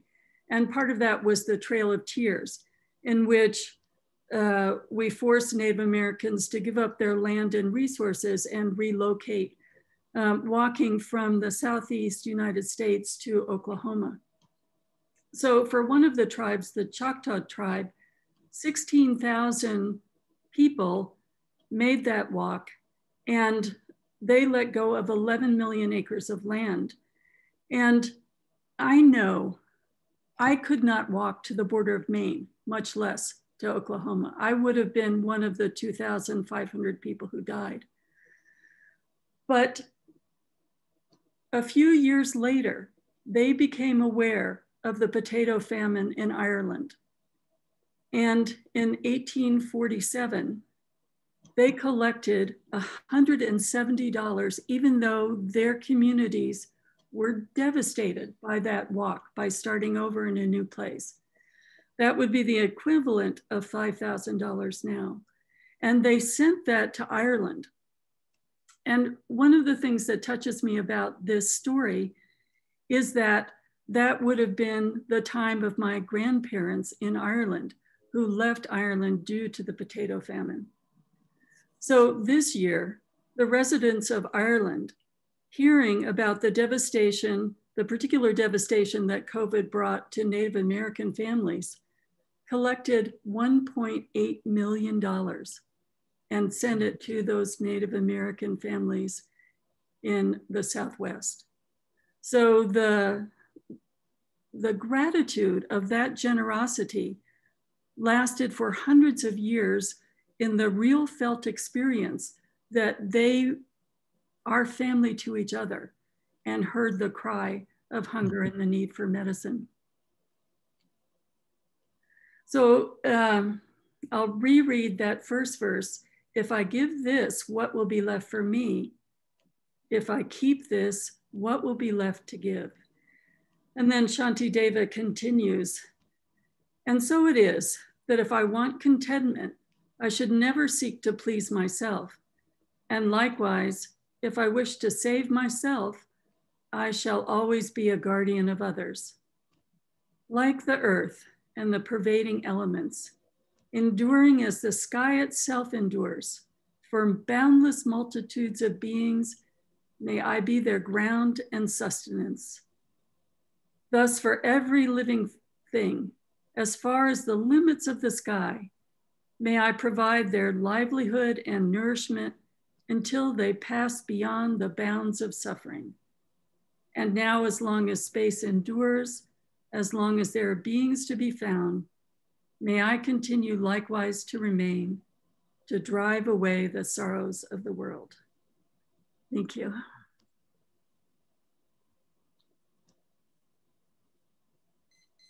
Okay, thank you for sharing those very beautiful, very deeply moving verses. Okay, our next speaker almost needs no introduction. This is Jack Cornfield, who has been one of the pioneers for introducing Vipassana meditation to North America. He is the co-founder of the Insight Meditation Society in Barre, Massachusetts, and the founder of the Spirit Rock Meditation Center in California, the author of numerous books, and a very popular and well-respected speaker and Dharma teacher. So Jack, we're very delighted and honored that you could join us today. And please share some words with us. Thank you, Bhikkhu Bodhi.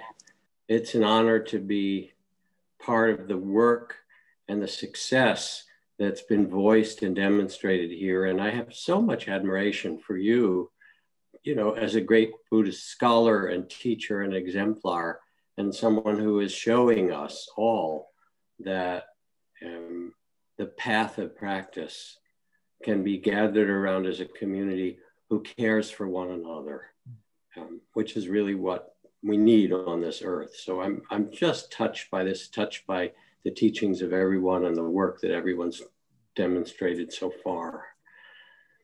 The teaching of the Buddha, of course, is really one about alleviating suffering and bringing happiness.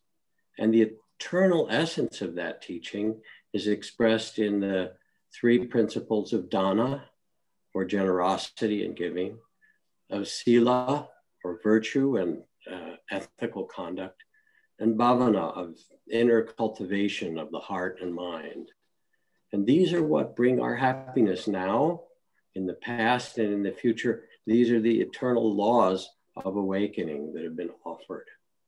Now, my experience when I had the privilege of being a Buddhist monk in the forest monasteries of Thailand and Burma and Laos was that in the dry season, in the areas where I lived, there was a tremendous poverty and very little food.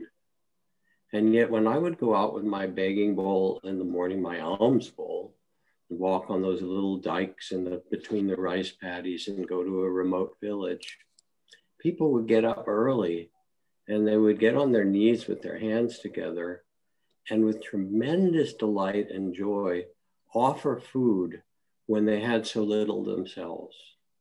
It's one of the greatest privileges of my life to even remember that. And I used to think, wait, I could write home to my mother and she would send me $1,000, and that's more money than they make in, 5 years of their subsistence farming. What am I doing taking this food? But then I realized that the Dharma that the monks and the nuns and all of those who've spoken carried is a lamp, illuminated the hearts and lives of these people. And they said, we so value these teachings and what you represent that we want to offer you from the little bit that we have to sustain you and keep that spirit alive no matter what happens. And so it was an act of joy and an act of beauty. The rule, perhaps one of the most central rules in monastic life in the Theravada tradition, is that you cannot eat food that was not offered into your hands within 1 arm's length that morning and that day. You can't grow it, you can't store it. You actually have to have it offered to you. And what that means is from the very beginning, the Buddha created a sense of community and interdependence that we would all care for one another. Margaret Mead, the great anthropologist, was asked what she saw as the signs of the beginning of human civilization. Was it the earliest arrowheads or spearheads? Was it the cave paintings? She said no. It was the bones that she had found of a skeleton whose leg had broken, whose thigh bone had broken and healed. And she said, what happened to this man hundreds of thousands of years ago when his leg was broken? If a wild animal's leg is broken, they can't run, they can't get food or water, and they become prey for the other animals around. But some other people took this person, brought them to safety, fed them, gave them food and water until their bone was able to heal. She said that is the sign of true civilization. And we know this from the earliest life of infants, measured if a baby is crying or something's lost and they see it and they're able to respond, they also want to help. These teachings are not just because we should be generous, but they're an expression of interdependence and how we step out of our separate sense of self and let ourselves rest in the interdependence with all life, the freedom that comes from this. Now, Buddhist Global Relief, speaks so obviously to the fact that there are grain elevators full of food in one place and millions of hungry children in others. But we also know, as the Buddha teaches, that suffering is not the end of the story. It's the beginning of the story. There's suffering, there's its causes, greed, hatred, attachment, ignorance. And there's a possibility of attending to the sufferings of the world, the hunger, the economic injustice, the racial injustice and racism, that we can transform who we are through our understanding and training. And the key point is to do it with joy. The joy on the faces of the villagers in the morning who offered the little bit of food that they had to share. The joy in the face of a child who's been so hungry and finally given a plate of food. The instructions from the Buddha, and this is a poetic translation from Thomas Byram's version of the Dhammapada: live in joy and love, even among those who hate. Live in joy and health, even among the afflicted. Live in joy and peace, even among the troubled. Free from fear and attachment, know the sweet joy of living in the way. And so with all of these things we do, and the Buddhist Global Relief does, the empowerment of girls and women, which, by the way, is, according to experts, the most effective response to climate change. More than windmills and solars and all the other things we could do, educating and empowering women and girls will make more difference for climate change, healing it, than anything else we can do. That we can take a joy in doing this, that we can live with this quality of delight in offering ourselves. And in fact, it is what brings happiness to us. I've taken a vow long ago that every time I have a thought of giving something, I simply do it. Those little niggling second thoughts come in, well, maybe I'll need it, or what if I don't have enough later? But if the impulse arises to do it, the vow I took is, I will simply give. And I've never, ever regretted it. So I want to ask you all who are listening to join me, to see the face of that child who's been hungry, offered a plate of food, offered a bag of rice, offered enough sustenance that she or he can go to school. Not because you're supposed to, but because the teachings of the Buddha, of what brings joy and freedom from our separate sense of self to the reality of our interconnection, of dana, of giving and becoming part of the cycle of joy, of virtue, and of the cultivation of inner well-being. All these cannot be separated. Please join me, and please join in supporting Buddhist Global Relief. And let yourself feel the happiness that happens, the joy, the delight as you do. Thank you.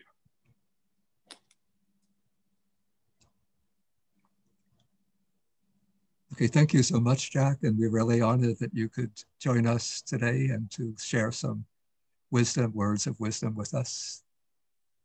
And now I think we turn over to David Brockton, our vice chair. So I have the wonderful job of thanking everybody, all the many folks who have contributed to this very inspirational event. I want to particularly thank Michael for leading us, all of our speakers, our presenters from all of our different programs. But I also want to thank our board of directors who worked so tirelessly on behalf of Buddhist Global Relief. And I would be terribly remiss if I didn't thank our staff, particularly Kim Bahan, who is a constant inspiration for me.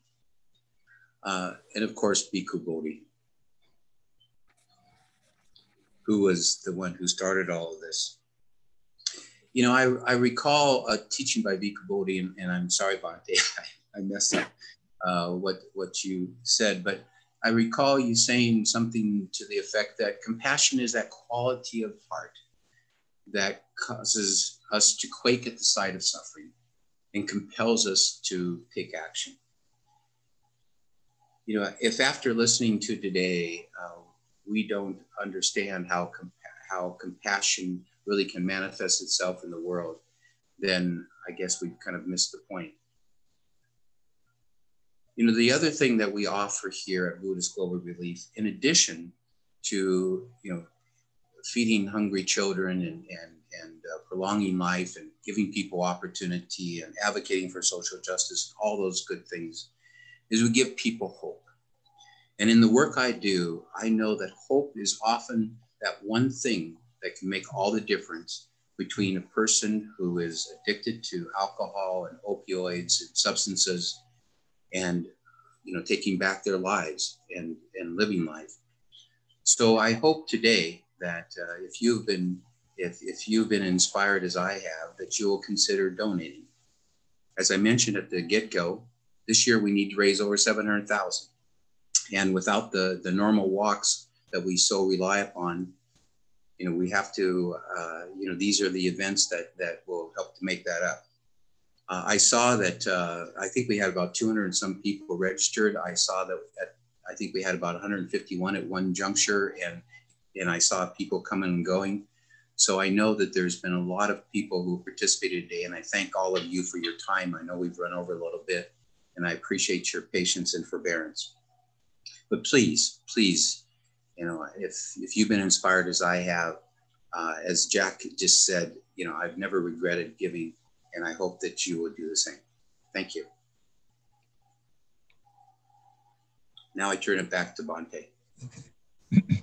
Yeah, so now we're going to wrap up the program for today with a short meditation. But just before we begin the meditation, I want to relate just a little story. Maybe it relates or takes off from that verse from Shantideva's Bodhicharyavatara about how beings are inexhaustible, and yet we still vow to help them. It's a story about there was a boy walking along the coast of the sea coast when the waves from the sea were sweeping large numbers of starfish onto the sand. And as the sea would recede, the starfish would remain on the sand where they can't survive. But the boy was walking along the coast and picking up starfish and throwing them back into the ocean. And as he was doing this, a man came walking down along down the beach, and he saw the boy doing that. And he said to the boy, "What are you doing?" And the boy said, "Well, I'm saving these starfish by picking them up and throwing them back into the ocean." But then the man looked down the beach and he said to the boy, "But there are hundreds and hundreds of starfish on the beach. What difference does it make that you're picking up a small number of starfish and throwing them back into the ocean?" The boy stooped down, picked up another starfish, held it up, threw it into the ocean, and said, "It sure made a difference for that starfish." So even though we might be discouraged when we read about 800,000 people afflicted with chronic hunger and malnutrition, when we think about at least the thousands of people who are being uplifted from poverty and hunger through the work of Buddhist Global Relief, we could think we are certainly benefiting those people, and we should rejoice over our ability to help those people. Okay, so let us just sit and close the eyes and let the mind settle into the region of the heart.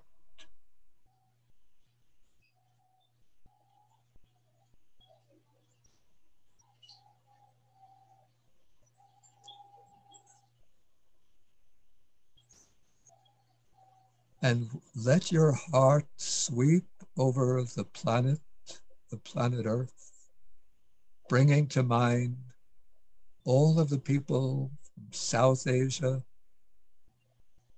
Inner Asia, through Africa, Haiti, Latin America, up through Central America to the United States, all of the people facing oppressive poverty, hunger, malnutrition, illness. Think of them as being your own children or your own parents in disguise. And let your heart quiver with compassion for them.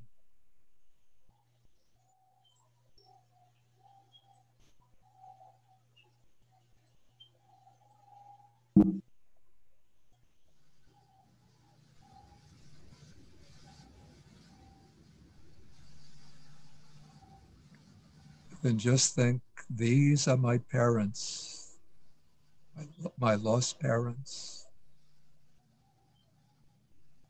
These are my lost brothers and sisters, and especially the children. These are my own children.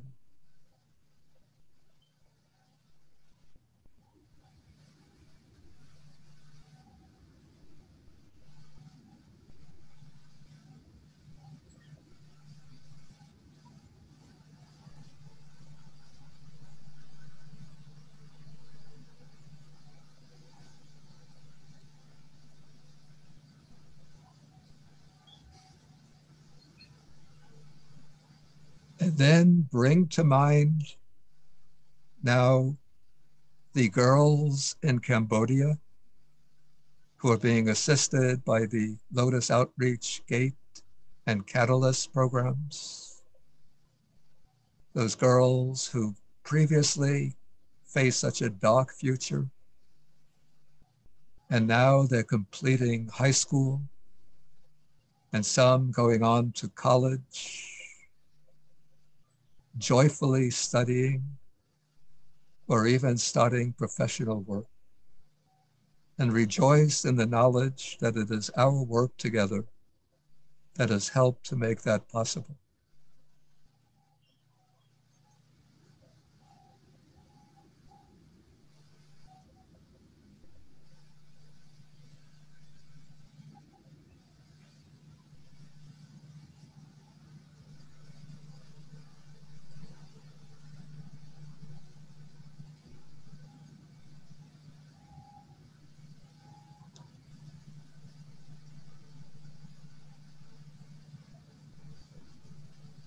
Okay, then sweep your mind over to the Punjab province in India and bring to mind some of those widows, women whose husbands have committed suicide. The women might have 3 or 4 children to support. They're on the brink of despair themselves. How am I going to support my family?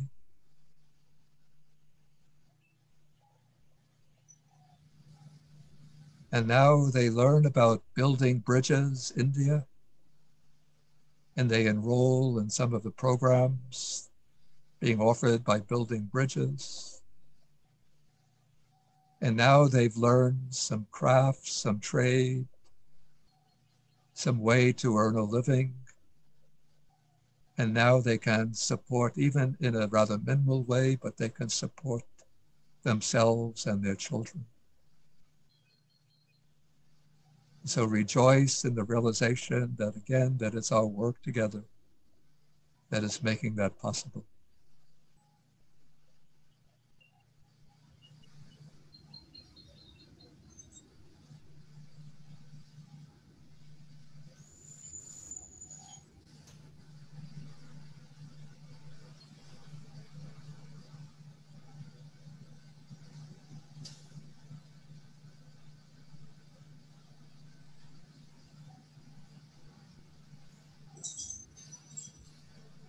And then we can move our mind over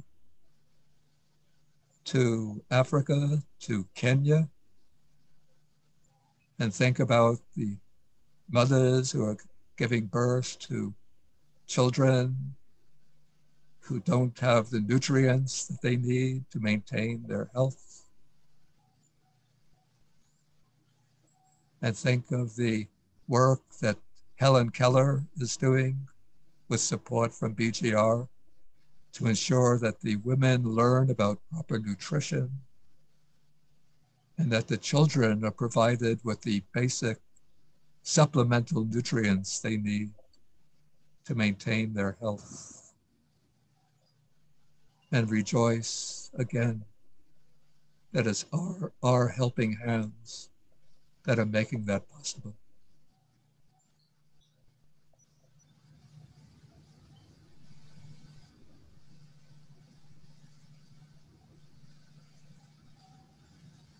And then we move the mind across to Detroit.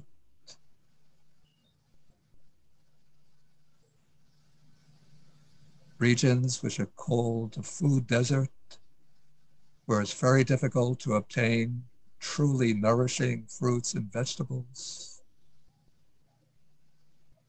And then think of the work that Keep Growing Detroit is doing to create these family gardens, community gardens, and teach and instruct people on how to grow their own food and vegetables. And so now people can obtain these truly nourishing fruits, organically grown fruits and vegetables, changing the whole quality of their lives.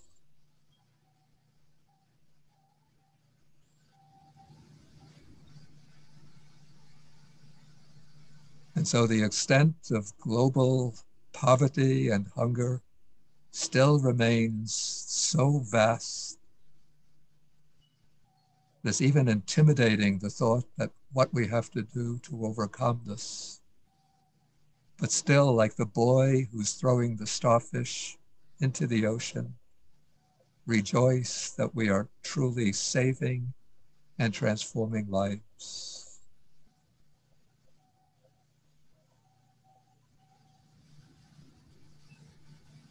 And again, I want to close by thanking everybody who's participated in the program today, in New York this afternoon, our project partners who have joined us and described their projects, our Dharma speakers who are coming even from as far away as Uganda to join us today. And I want to also thank the whole BGR team. And again, I have to mention especially, please forgive me for singling one person out, but the work of Kim Behan, who for 10, 12 years now has really been, I call her the live wire and hidden dynamo behind Buddhist Global Relief. I sometimes say if there was a Buddhist Nobel Peace Prize program, I would immediately submit her name, nominate her to get that prize. She works so hard with such great compassion, but never wants the limelight to shine on her. But occasionally we have to shine it. Okay, I want to end just with some verses, some traditional verses of blessing, calling on the blessings of the Buddha, Dharma, and Sangha for everybody, our danas, our team members, board members, and our guest speakers today. Bhavatu sabba mangalam rakantu sabba devata sabba buddhanupavena sada soti bhavantu te.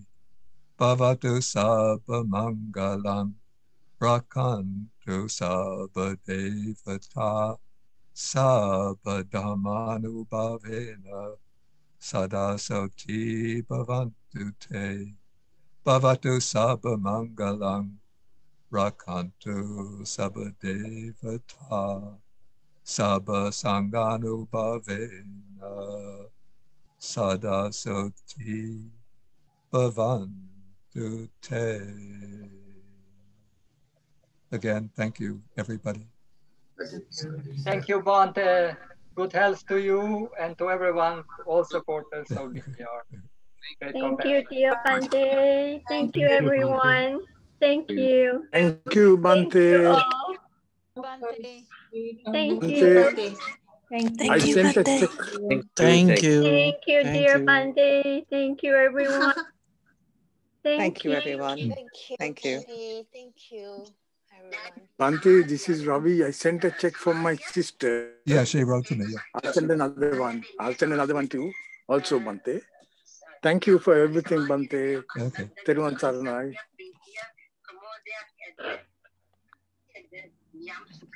Annie. Yes. Who's that? Ah, Thank well, then Pasha is Thank here. you, dear Kim. Thank you. Oh, love you. Love you so much. How are you? Fine. I miss you. I'm so happy to see you here. Thank you. We hope to be Thank soon you. back to Chuanyan, sir. Thank you, everyone. Thank Okay. you. Thank you, Uling Chubu. Thank you, Be everyone. safe, Bhante. Take care. Okay. Love you guys. I miss you. Thank you, dear Bhante. Thank you, Kim. Love you. Thank you so much. You are so welcome. Sadhu, Thank sadhu. you, all dear brothers and sisters. Thank you. Hey, how are you? Fine. Mitgefühl. Yes. Kim, I have to go. I'll talk to you later, okay? Oh, thank you, Bye, dear Mary Bhante. Okay, thank you so much, Mary Helen. Thanks Thank you a so much. million. Oh, Thank my you, everyone. pleasure. Thank you. Bhante looks so happy.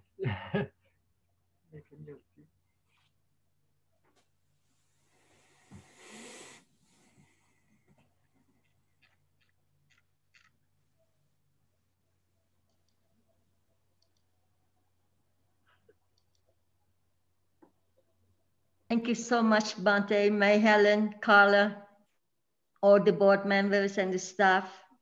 Thank you so much, our donors and supporters. We appreciate